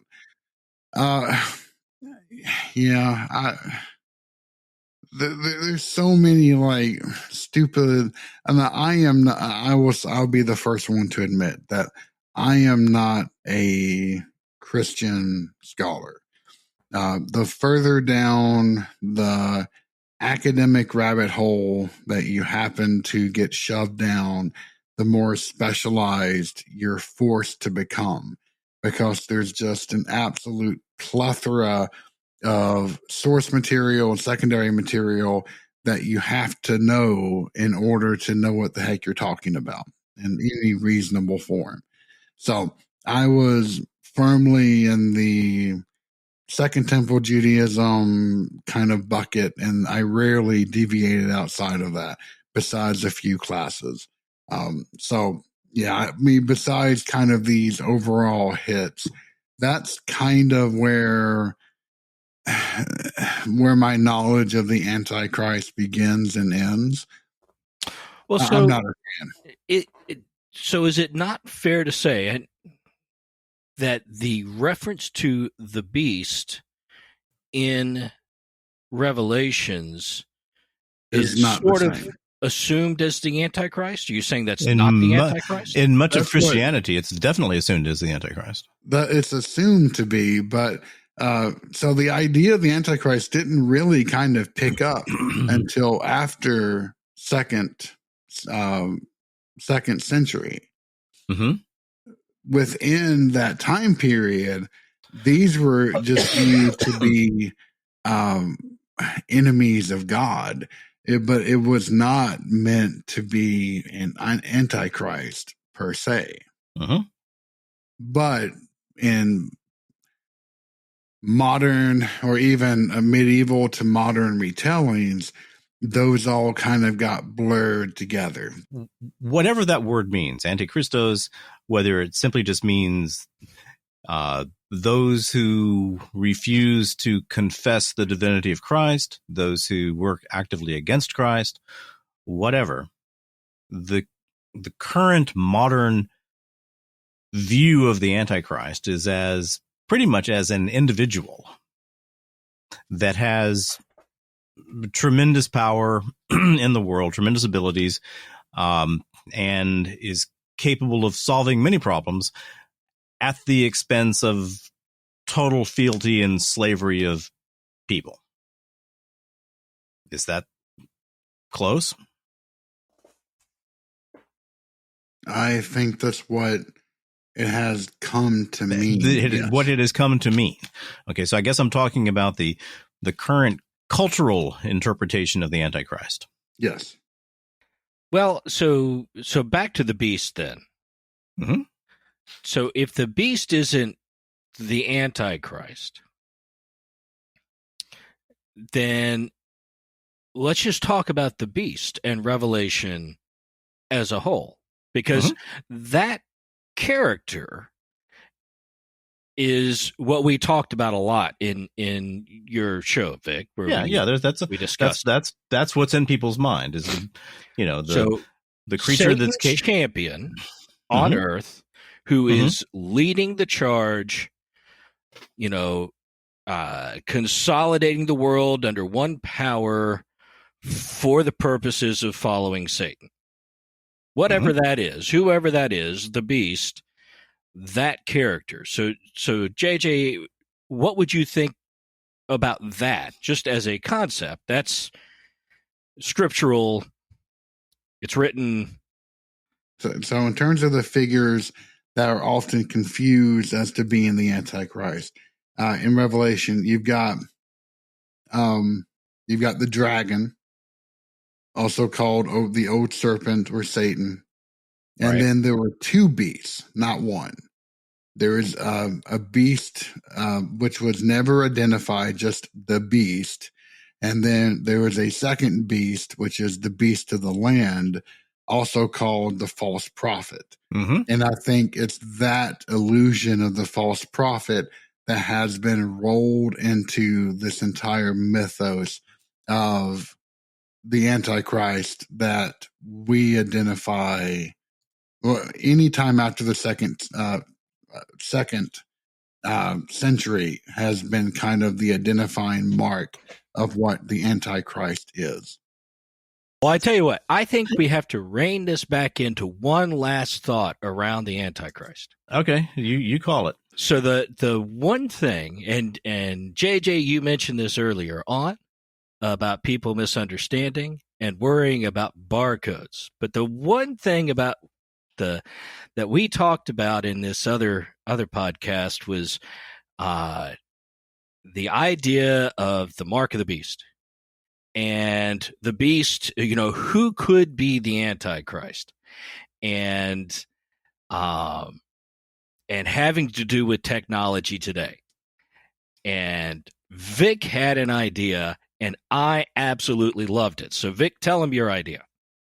Oh, you're doing such a good job. But it's not my idea. I'm just a big fan of it. I don't think it's my idea. It's just something that makes sense to me. I mean, the Antichrist, the beast, has to have tremendous administrative skills. I mean, there has to be a way of tracking everybody who has the mark. And how do you determine that it's a real mark and not a false mark?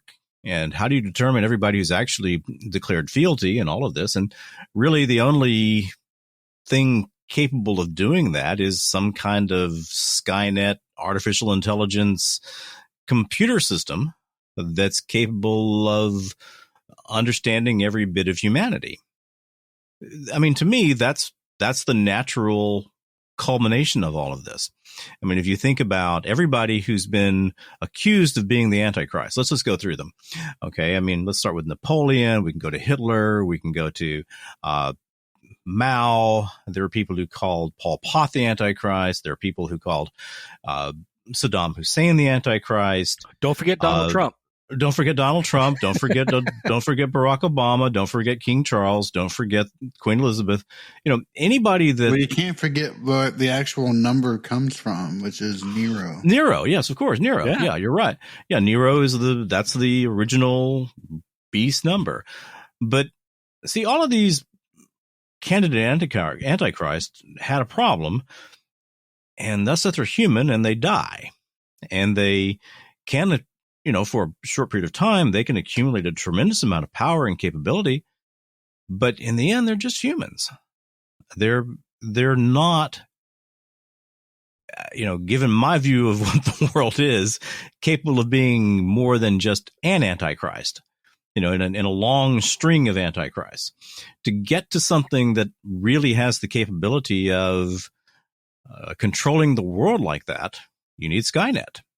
You need a self-aware, sentient, possibly sapient system that transcends what any human being can do, or any group of humans can do. Did I say that reasonably well there, Dave? Yeah, I think so. And when we talked about it, my point was, we don't know. So if you let's assume for the moment that the Antichrist exists today. Antichrist has been born or is on the planet and on the rise. The point that I made was that right now he's got to be an unknown. He can't be somebody that's known, because the world today is too polarized. And the Antichrist brings most of the people together. They support him. They take his mark willingly. And yes, I'm sure some would do that knowing they're prolonging their life a little bit longer, because it basically says if you don't get the mark, you die. So if you get the mark, you're damning yourself, but you get to live a little bit longer. I'm sure there are some that would make that choice, but I think most people buy into it because the Antichrist will be understandable, charismatic. He's solved the big problems, right? And they are a fan. And nobody today is a fan to both sides of the political realm. And, while there are more than one facet, majority, there's two sides of the political realm. Yeah, generally. The AI idea was perfect, because here is something that can represent itself to whatever population it needs to in a different way. It can take on the face of somebody in India. It can take the face of somebody in Russia or France or the United States. It can speak with their accent, speak in parables that are based on their history, because it has all of that information. And so it can become the trusted solution to all of our problems. And let's face it, the general AI is billed as a savior of the planet or the damnation of the planet, because it's going to kill everybody. One of the two, but it could solve all of our problems. And I can see people having hope in something like that. So I loved the idea of AI as the Antichrist. We were trying to figure out, JJ, if there was anywhere in the Bible that said that the Antichrist had to be human. No, there's not. I mean, there's only like two specific references within the Bible. The rest of it is, those are so generalized, it's not even funny. So there's nothing that says it has to be human. But I like the idea that not even that has to be AI. I think I know who the Antichrist is. It's something that it is computerized, so it is a system. I really like that idea, and it makes life so convenient. I think that we all know that our new overlord is Amazon Prime. Yeah, Amazon Prime. Yeah, that's right. Another good candidate. I like it, JJ. Yeah. Hey, and guess what? You cannot buy or sell on Amazon without an ID. That's right. You can. Yeah. Well, I mean, And so yeah, it just goes on and on and on. But if you extend this to the idea of digital currency, I mean, just look at China right now. Unless you have WeChat, you can't buy or sell. It's almost nearly impossible to do that. And if every single country gets locked into a digital currency. Tell me what WeChat is. I don't know what that is. WeChat is a specific Chinese application that is at once a messenger and a marketplace and a digital currency. It's a way to buy and sell along with everything else. And it's the end all be all of Chinese social media. Now, is this what they've integrated their social score with? No, but that will become kind of a backbone to that. Okay. So it's separate right now, but okay. Yeah. So from my point of view, digital currency is eventually the method that the Antichrist will use to control the buy and sale of goods. So that is how that portion of Scripture would be managed. And so it's certainly a component of it. But if you think of the AI, or if you think of the Antichrist as something that has a personality and has, what's the right word I'm searching for here? Has autonomy, right? Mm-hmm. It is a self-guided thing or personality. Then I think a generalized AI could fit that bill. And then obviously the generalized AI that's going to save us from climate change and war and disease and pestilence, in order to do that, they certainly need to manage our currency. So tying in the AI taking control of our digital worldwide currency would make perfect sense. I hope I'm dead by then. well, I don't know how far down the road that is. So, I mean, I really look. You can think less of me. I don't want to live in this world where every aspect of my life is controlled. I would rather go live out in the woods of Canada and eat muskrats. Hey, I hear they're good fried. So. I'm there with you on that one.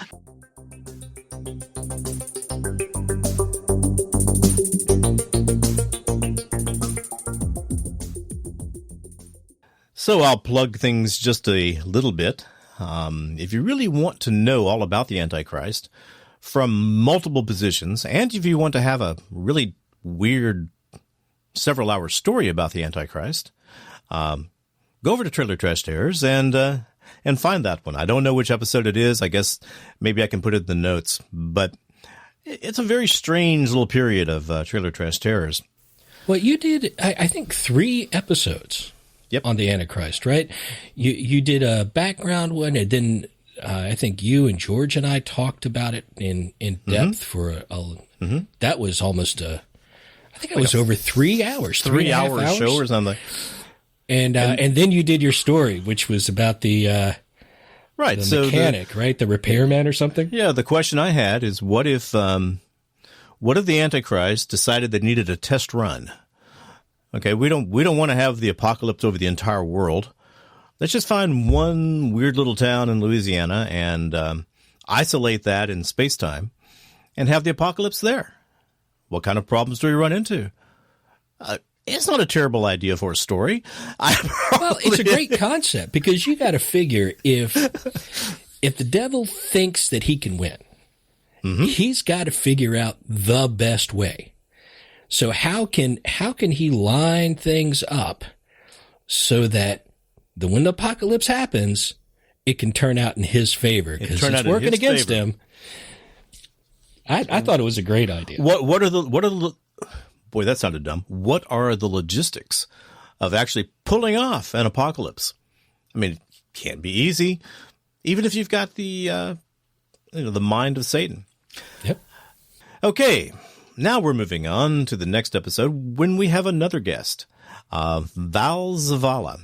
Now, let me tell you about Val. Val is a former police officer who lives in Michigan, and he has devoted a good portion of his life to studying Bigfoot.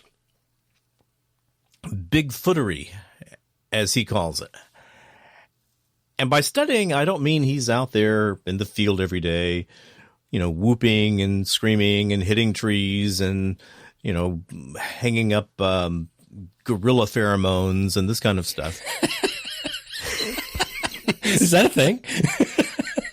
Oh, yeah. The idea is that you get estrus female gorillas, and so look, this is... Hey, look, we do that deer hunting. The things we talk about, you get estrus female gorillas, you collect their urine, their vaginal secretions, whatever, you put them on, I don't know, some kind of absorbent material and hang them from trees. And any self-respecting Bigfoots walking by are going to say, hey, what is that?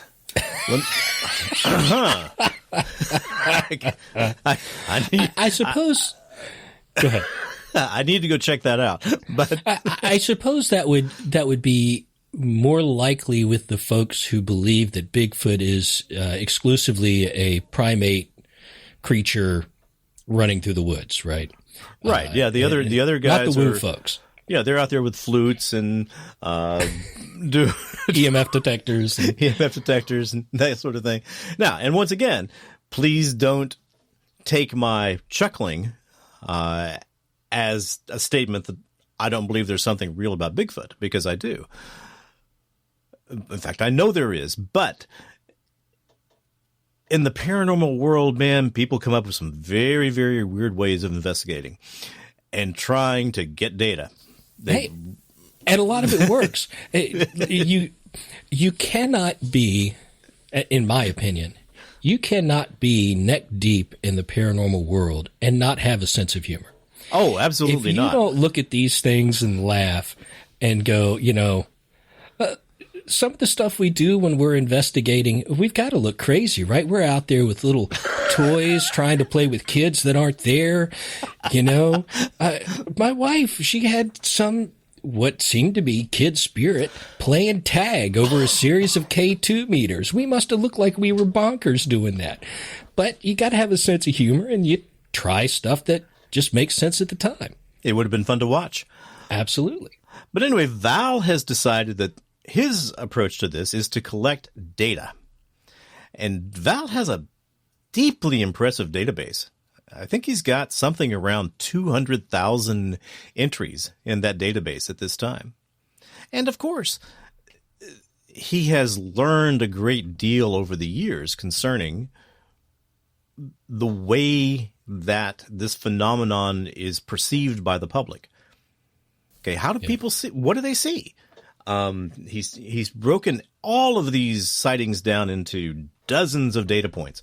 How long they happened, when they happened, where they happened, what did the creature look like? Did they make a sound? Did they not make a sound? Was there any perceived danger? It's an amazing database. Well, and let's be clear, when you're talking 200,000 entries, those are individual sightings. Mm-hmm. When people say, well, there's no evidence out there for Bigfoot, setting aside that people have casts of footprints and hair samples and stuff like that, if you just take all that and go, it's all manufactured, anytime you've got 200,000 eyewitness accounts, something's going on. You have to give it some credence. Oh, just even as a human phenomenon. Mm-hmm. At that point, you've got to give it some credence. So anyway, Val also had a Bigfoot experience that he found to be extremely psychologically draining as well as physically draining. Yep. And one of the most amazing things I've ever heard him talk about was that after this sighting, he had a existential need to find a cheeseburger. And I'm not in any way laughing at Val. I'm just thinking he needed replenishment. And he explains it in there. He gives justification for why that actually happened. Justification. So let's listen to Val. And so I guess we could call this Val, Data, and Cheeseburgers.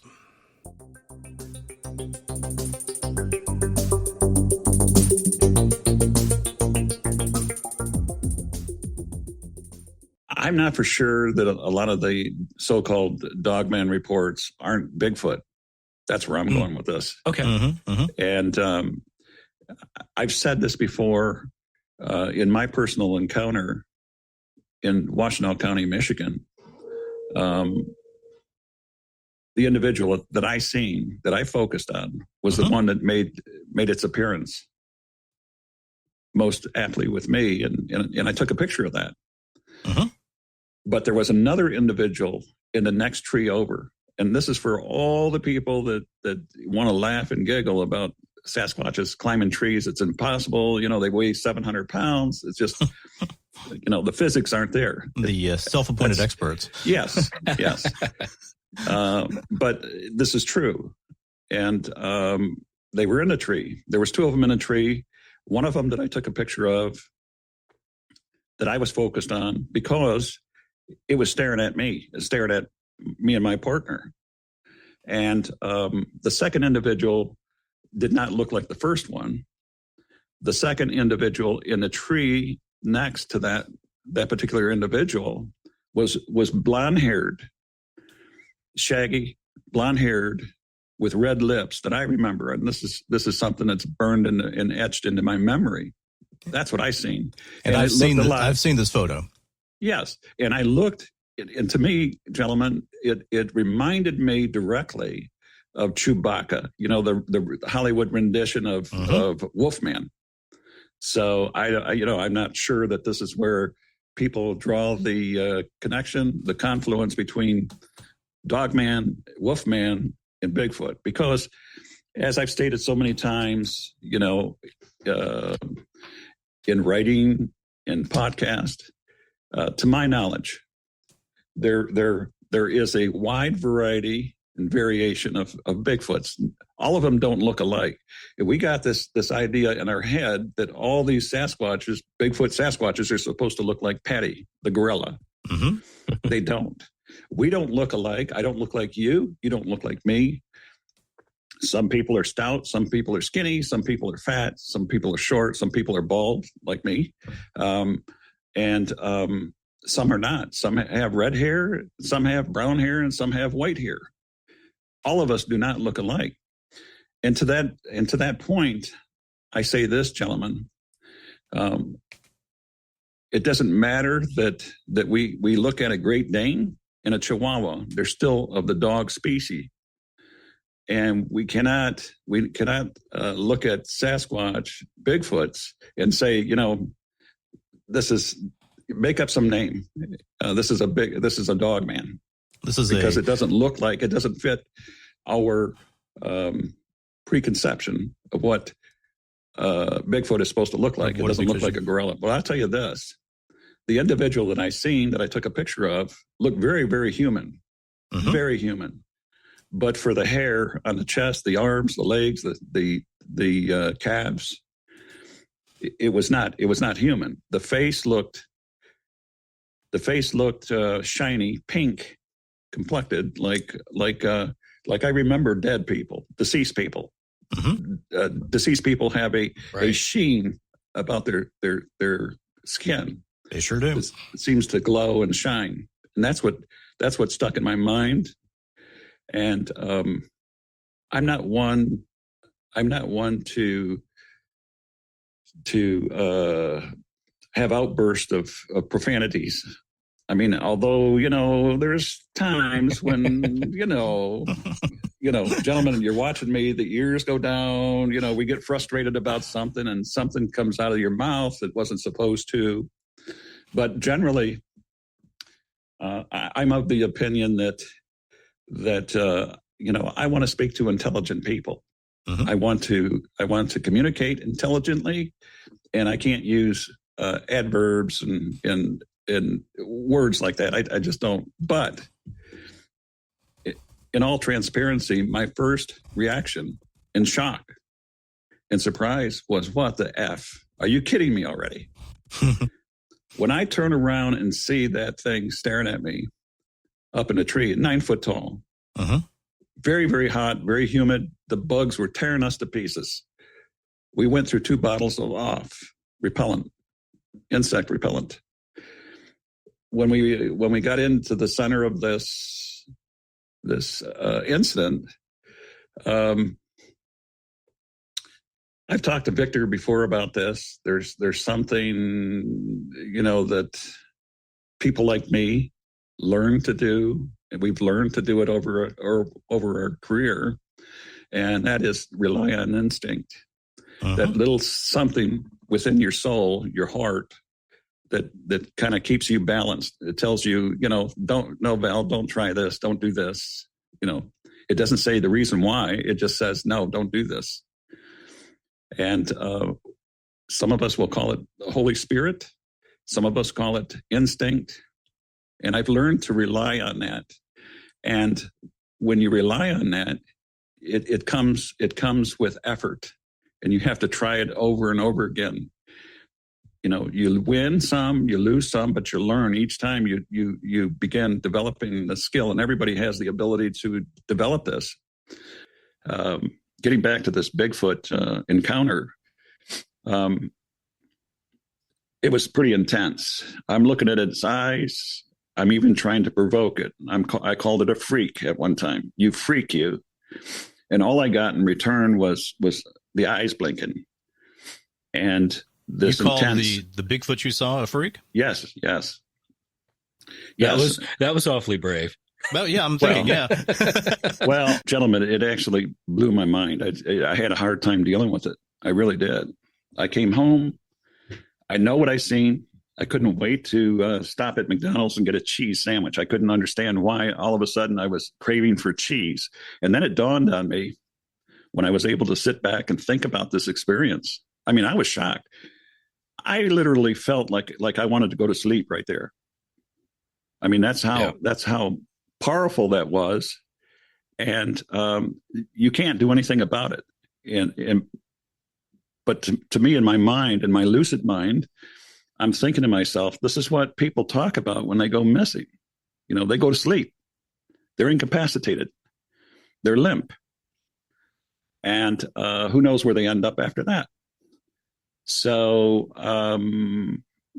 that's some of the things that I looked at. But then I started thinking about this cheeseburger thing. Why, of all things, why did I need a cheeseburger right then?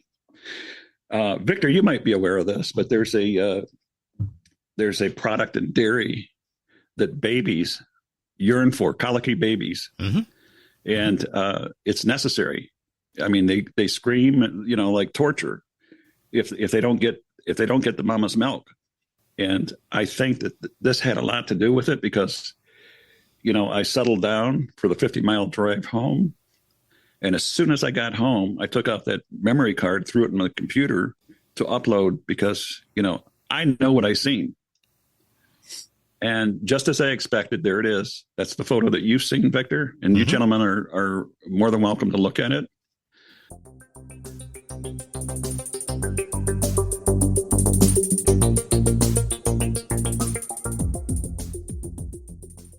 So that was quite the interesting reaction to a Bigfoot encounter. I don't think that I have the stones to sit there in a tree next to Bigfoot and call him a freak. I just, that never would have entered my mind. So what a great story. The next one we have is also from Val's episode. This is all from episode 5.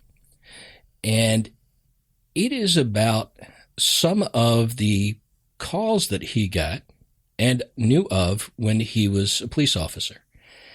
And some of the things he witnessed and experienced, how they handle calls when it's a a paranormal call that has no explanation.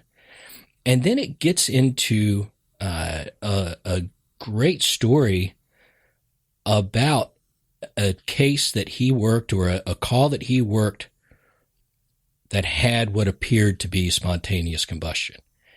And that, I can only imagine how disturbing it would have been to have that experience, whether it's as a police officer or just someone walking in off the street. There's no explanation from what he saw.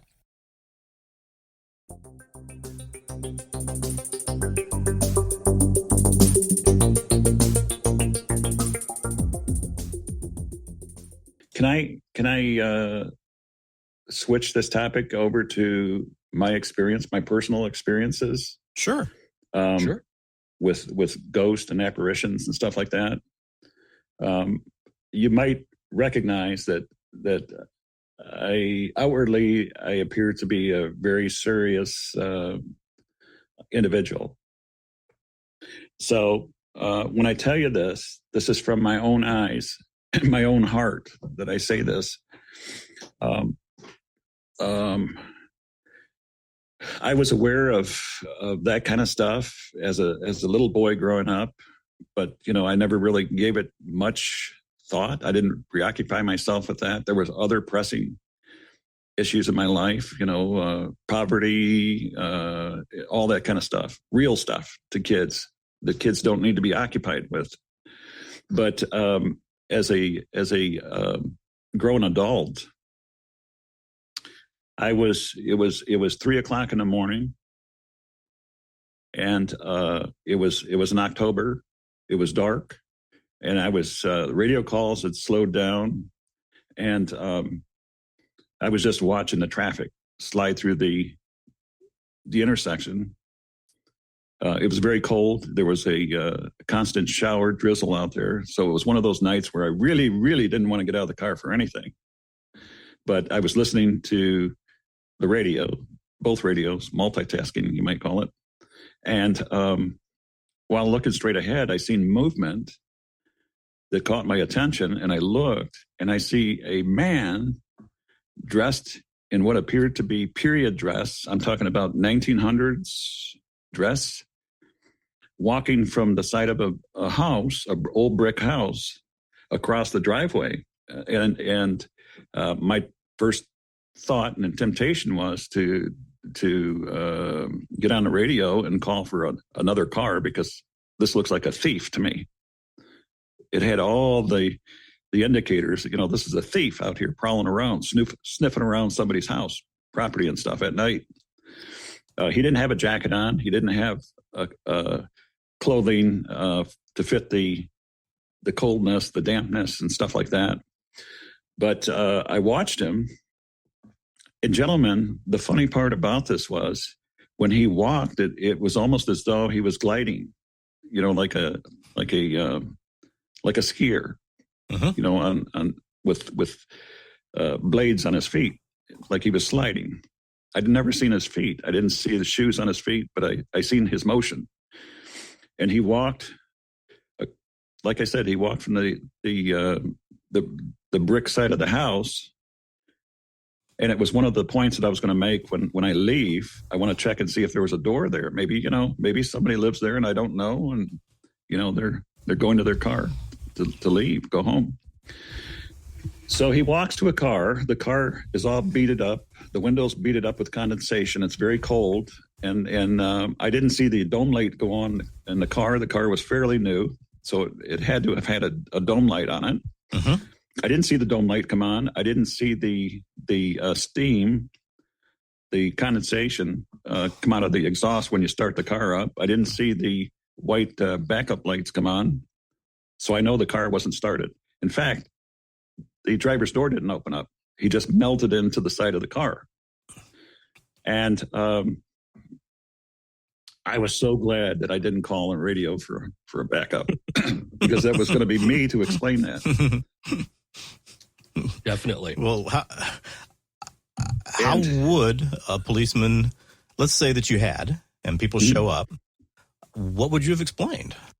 Well, I had an experience early on when I was a young rookie, where at a time when the 911 calls, caller IDs came out, and they called it enhanced 911, which meant that if you called 911, your phone number, your name, your address, and any notes, any particular notes about that call would come up for the dispatcher. They would see it. They would know exactly what the purpose of the call is, and of course, they would dialogue with the caller.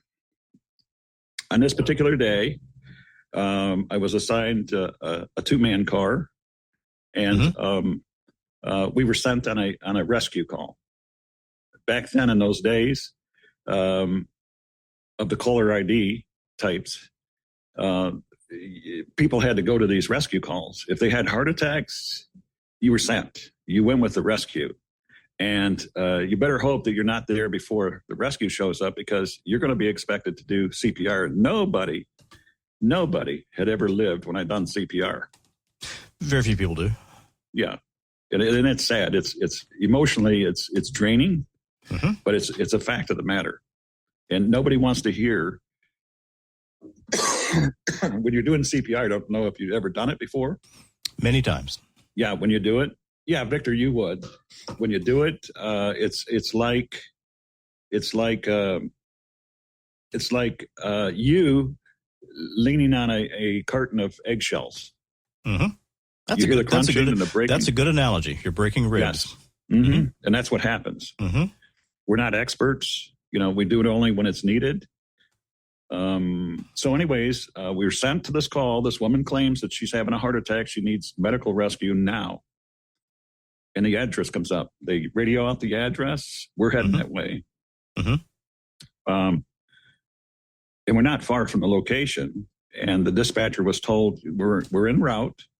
And she comes back and says, well, I got a second call. Same person, same address. She wants help there now. She's dying of a heart attack. And, again, the conversation with the dispatcher was, okay, we're minutes away. We're going to be pulling up shortly here. And my last conversation with the dispatcher was, we're arriving, and I see the rescue in the rearview mirror. They're pulling up alongside of me. Lights flashing. All the window dressing. We stop. My partner's looking over my shoulder, and he's asking me, Val, where is it? Where's the address at? And guys, I looked and I pointed over at a parking lot. And I said, there's the address right there. I says, I remember being at this house years ago when the husband died of a heart attack. Yeah. And his house is gone. The property went into probate. The family sold it to the school board. The school board tore the house down. They made a parking lot of it. It doesn't exist. The question is, what do you do when you get calls like that? That was a very real call. That address of that house came up on the caller ID. It came up on the computer. There was a real voice there. And the name of the resident, the lady who obviously died, now husband and wife both died or deceased, her name comes up and her voice is on that caller ID, on that soundboard. So rescue pulled alongside the window, and they said, where's it at? And I showed it to them too. I said, it's that parking lot right there. Well, there's no house there. Just the look on their face when they seen that. I shut the lights off. Gentlemen, you see me on camera. Again, this motion with your ears up, they go down. You shut the lights off and you don't talk about it again. You just don't talk about it again. You don't talk about it. You tell the dispatch, we're clear the call, unfounded. And nobody will dispute that. That's it. Nobody questions. How often do you figure that happens? It's hard to say. Is it a frequent thing, or is it? It's hard to say. That's been my experience. That's my first experience. But another strange situation that I encountered years later was a little boy called rescue and said that this is, again, middle of the night, 3:00 in the morning. old part of town, wood frame houses, old wood frame houses, claiming that his dad was on fire. He needs help. Now, his dad is on fire. How does the dad get on fire? So, not through anything good. No. But you guys have heard of spontaneous combustion before. I have. Oh yeah, that's one of our topics. So, and again, I was a seasoned officer. I've seen a lot of stuff. Mm-hmm. I didn't see it all, but I've seen a lot. But I head over to the address. When I get over there, I notice that 2 other officers had already arrived. And while I'm en route to that place, I'm looking in the sky because when you have a house fully engulfed in flames, the sky glows. Yeah, you can see it. Yeah, you could smell it. Mm-hmm. You can't unsmell it. You can smell the wood and everything else in the house. So I get there. I'm watching the officers walk up to the porch. They open up the door. They go inside. I grab my keys. I get out of my car, jingle, jingle, jingle, and I make my way to the porch also. And before I can get up on top of the porch, these officers are scooting out of that house. And I said hello to them, greet them. Hey, what's going on? What did you see? They weren't going to talk to me. They weren't going to look at me. They got out of that house like they were just on wanted fire. to be gone. They wanted to be gone. Mm-hmm. And they went back to the car and stayed in the car until the fire trucks arrived. So I walk inside the door that it's left open. The lights are on in the living room. And I half expected that somebody'd come to the door and say, officer, I'm sorry, it was a mistake.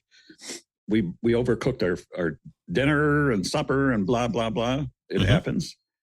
But nobody met me at the door. And I walk in and I'm saying, hello, police. Anybody home? Hello, police. Anybody home? No response.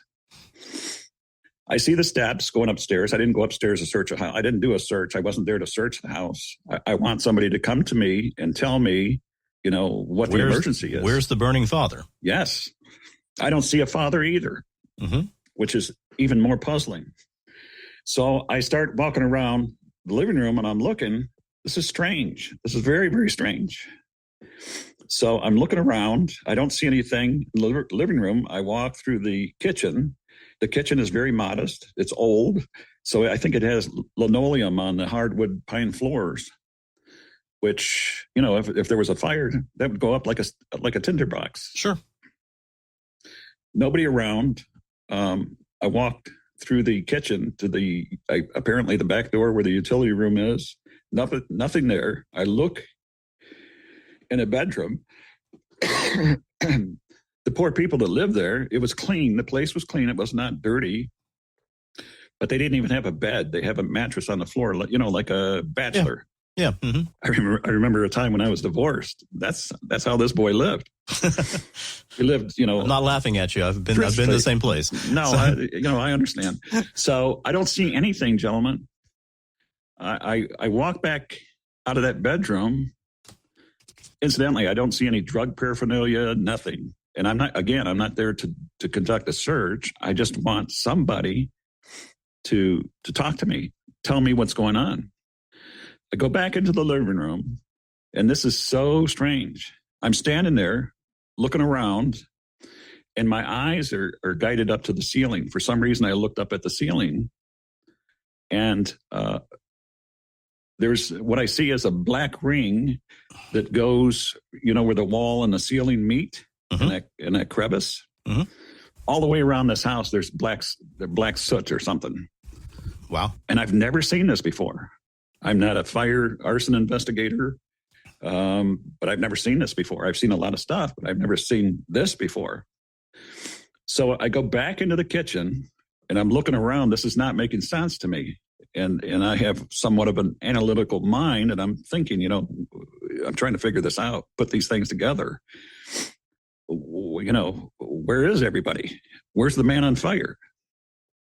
I look at the stove, and it had a kettle with a top on it. I touched it. I even lifted the top to see what was in the kettle because it was warm to the touch.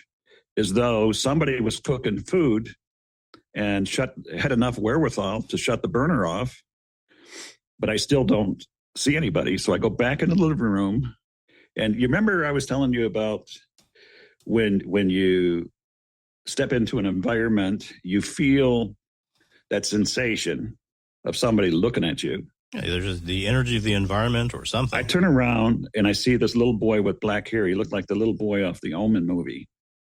Oh, and he's boy. not saying anything. He's petting a cat, a black cat, mind you. And I look at him and I says, "Hi, hello, police." I says, "Is your mom and dad around?" Nothing, no response. Nothing came out of his mouth. Now, either the little boy is in shock, which is possible. I don't rule it out. I said, "Where's your dad and mom at?" Apparently, it was a single father raising his small child by himself. And I walked back into the living room, pulled the chair away from the cheap wooden dinette set, and there I see a charcoal man underneath the table. Charcoal. Wow. Charcoal. Whew. Do you hear what I'm saying, gentlemen? Yeah, you're talking, Yeah. Full classic case, spontaneous human combustion. Where And I'm squatting down because I'm getting the full, I don't want to smell something, but I'm squatting down now, and I'm getting a bird's eye view of this, and I noticed that his blue jeans weren't burned all the way up to his waist. In other words, his legs were burned, charcoaled, his hands, his face were all charcoaled, but the fire must have been so intense that it burned him up, but yet it didn't burn the pine wood floors or the cheap wood dinette set. Correct. And he's underneath the table. How did he get underneath the table? Who knows? All I seen was the black legs. And so moments later, I can hear that familiar whine of the Detroit diesel engines and the lights flashing. And within seconds, the door burst open, and I'm met with a whole troop of firefighters dressed to slay a dragon. They're carrying axes, and one of them is toting a box fan that they use, to blow the smoke out and stuff. And another one, is carrying a hose or a fire extinguisher or something. And the captain looks at me and he says, "But what do you got, Val?" Because he sees me squatting down. I says, "I don't know. I don't know." And at that point, I stood away, allowed the captain to take a peek at this, along with the crowd of firefighters.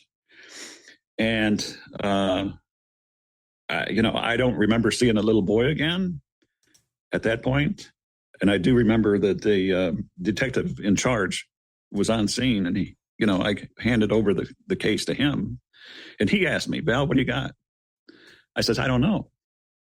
I says, I checked, I did a cursory check of the bedroom. I says, "I don't see any indication of drug use, where anything could have happened. There's no damage in the bedroom, but this is the way, I found this." You're not finding accelerants or any of that sort of thing? No, none at all. So the fascinating thing to me is the ring of soot around the corner of the ceiling. So was there, he was under a table? Underneath a table. It was underneath Was the the table burned? No, not at all. Whatever was left of him was under the table. Yes. And Yes. And no burn marks on the walls, no burn marks on the floor. On the carpet, on the floor, on the table, on the underside of the table.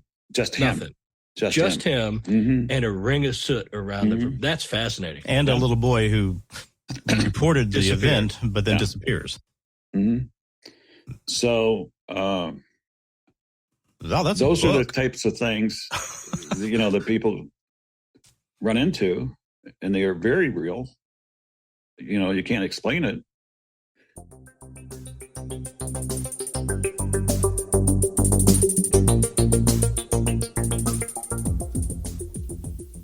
Okay, so that was definitely a disturbing story. I cannot imagine being an officer and walking into that. It would definitely changed my view on how the world works. Well, it's also, as I was talking a moment ago with you offline, really a textbook example of spontaneous human combustion, where the only thing that's damaged is the body itself. And normally there are, the feet or the legs or some part of the body is left behind. And if there's any damage to the structure, it's just the chair they were sitting on or parts of the chair they were sitting on. So it's this very strange behavior of the kind of heat necessary to actually consume a body. Well, and the fascinating thing for me on this one was the body was found underneath the kitchen table. Mm-hmm. So let's say that he was on the chair when that started and he fell to the ground underneath the table. I cannot see a situation where there would not be any damage to the underneath of the kitchen table. I can't either. Heat rises. Mm-hmm. And so it's like there's a protective bubble around the person combusting. I don't know. Well, I mean, there's pretty crazy. That's an intrusion of a protective dimensional bubble, of course. Well, look, I mean, that's one of these things these paranormal shows do is, is it possible that a protective dimensional bubble appeared from another dimension? You're telling me you haven't heard that kind of thing on a dozen or 100 different paranormal shows? Yeah. You don't normally hear that sort of thing on the rundown. No. And I think all of us kind of adhere to this rule of it's a really bad idea to explain one unknown event with another unnknown. I don't know. We might explore the possibility. We might explore the possibility, but when we on the rundown, the way our minds work, if we're going to explore that possibility, we're going to go into it, right? Well, how would a dimensional bubble work? Right? Oh, yeah. We can talk about that. The aspect of the relationship between it and the other dimension. Right. But how would that happen? What would be the science behind that? Right. But then that's a totally new topic. And yes, the topic is presented as, hey, look, this is just speculation. This is just our idea of fun. We're heading down this particular rabbit hole now. And we like our rabbit holes. Like our rabbit holes. All right. So I guess to wrap this up, this will be the first episode of the 4 for the end of the year.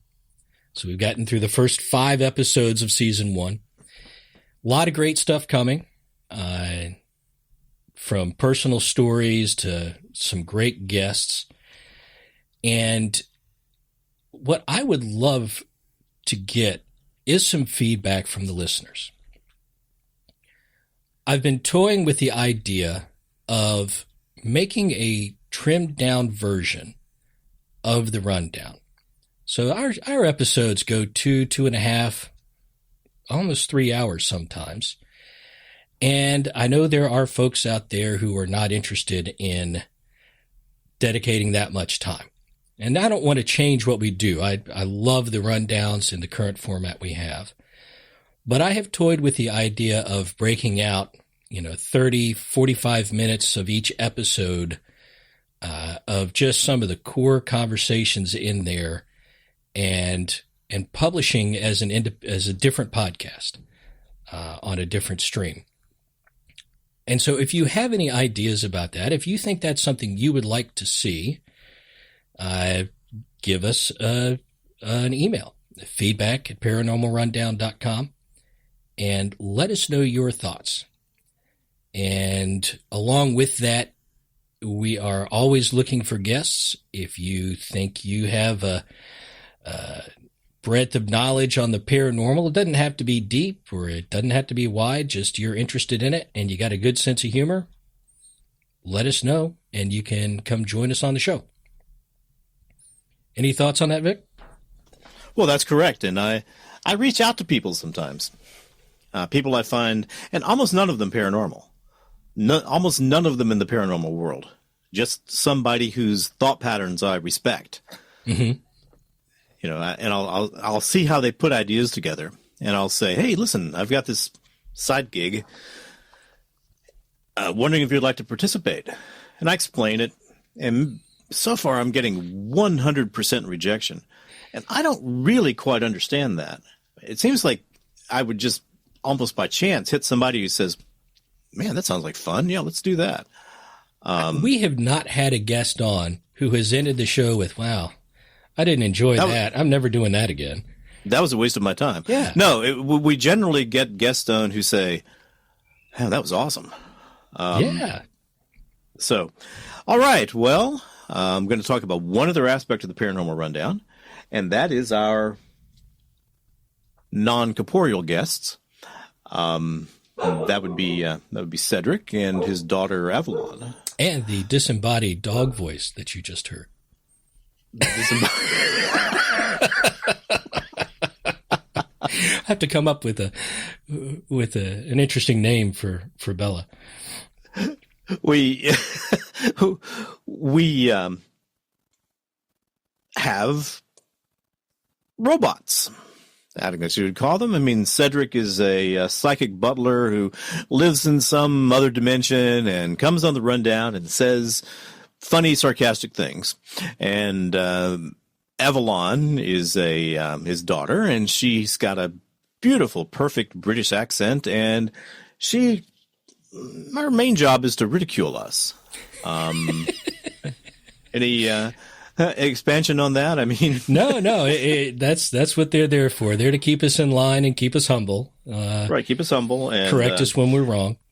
And they're funny and they're entertaining. So I'm going to let Avalon show us to the door.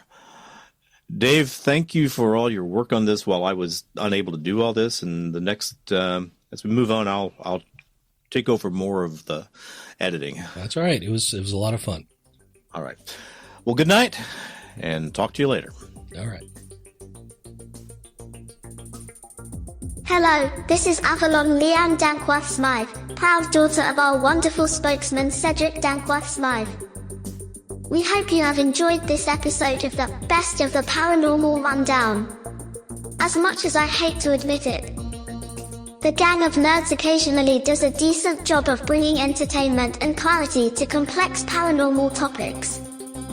I suppose that some of the brilliance of my father, as well as myself, has rubbed off on them. Lucky them. All of the music heard in this episode was created by Lobo Loco, Smart Sound, or was simply in the public domain. Any media clips that appeared in the episode were used under the protection of the Fair Use Doctrine. Astoundingly, as their average IQ is quite close to an anesthetized baboon, the Paranormal Rundown is a joint production of Father Michael Birdsong, Dave Griffith, Vic Hermanson, and JJ Johnson. They could make my life easier if they adopted a collective moniker. You know, something like Gang of Nerds Media, hint, hint. If you have any feedback for the Gang of Nerds, or would like to be a guest on the Paranormal Rundown, please write to them at feedback@paranormalrundown.com. Until next week, this is Avalon Leanne Dankworth-Smythe, signing off.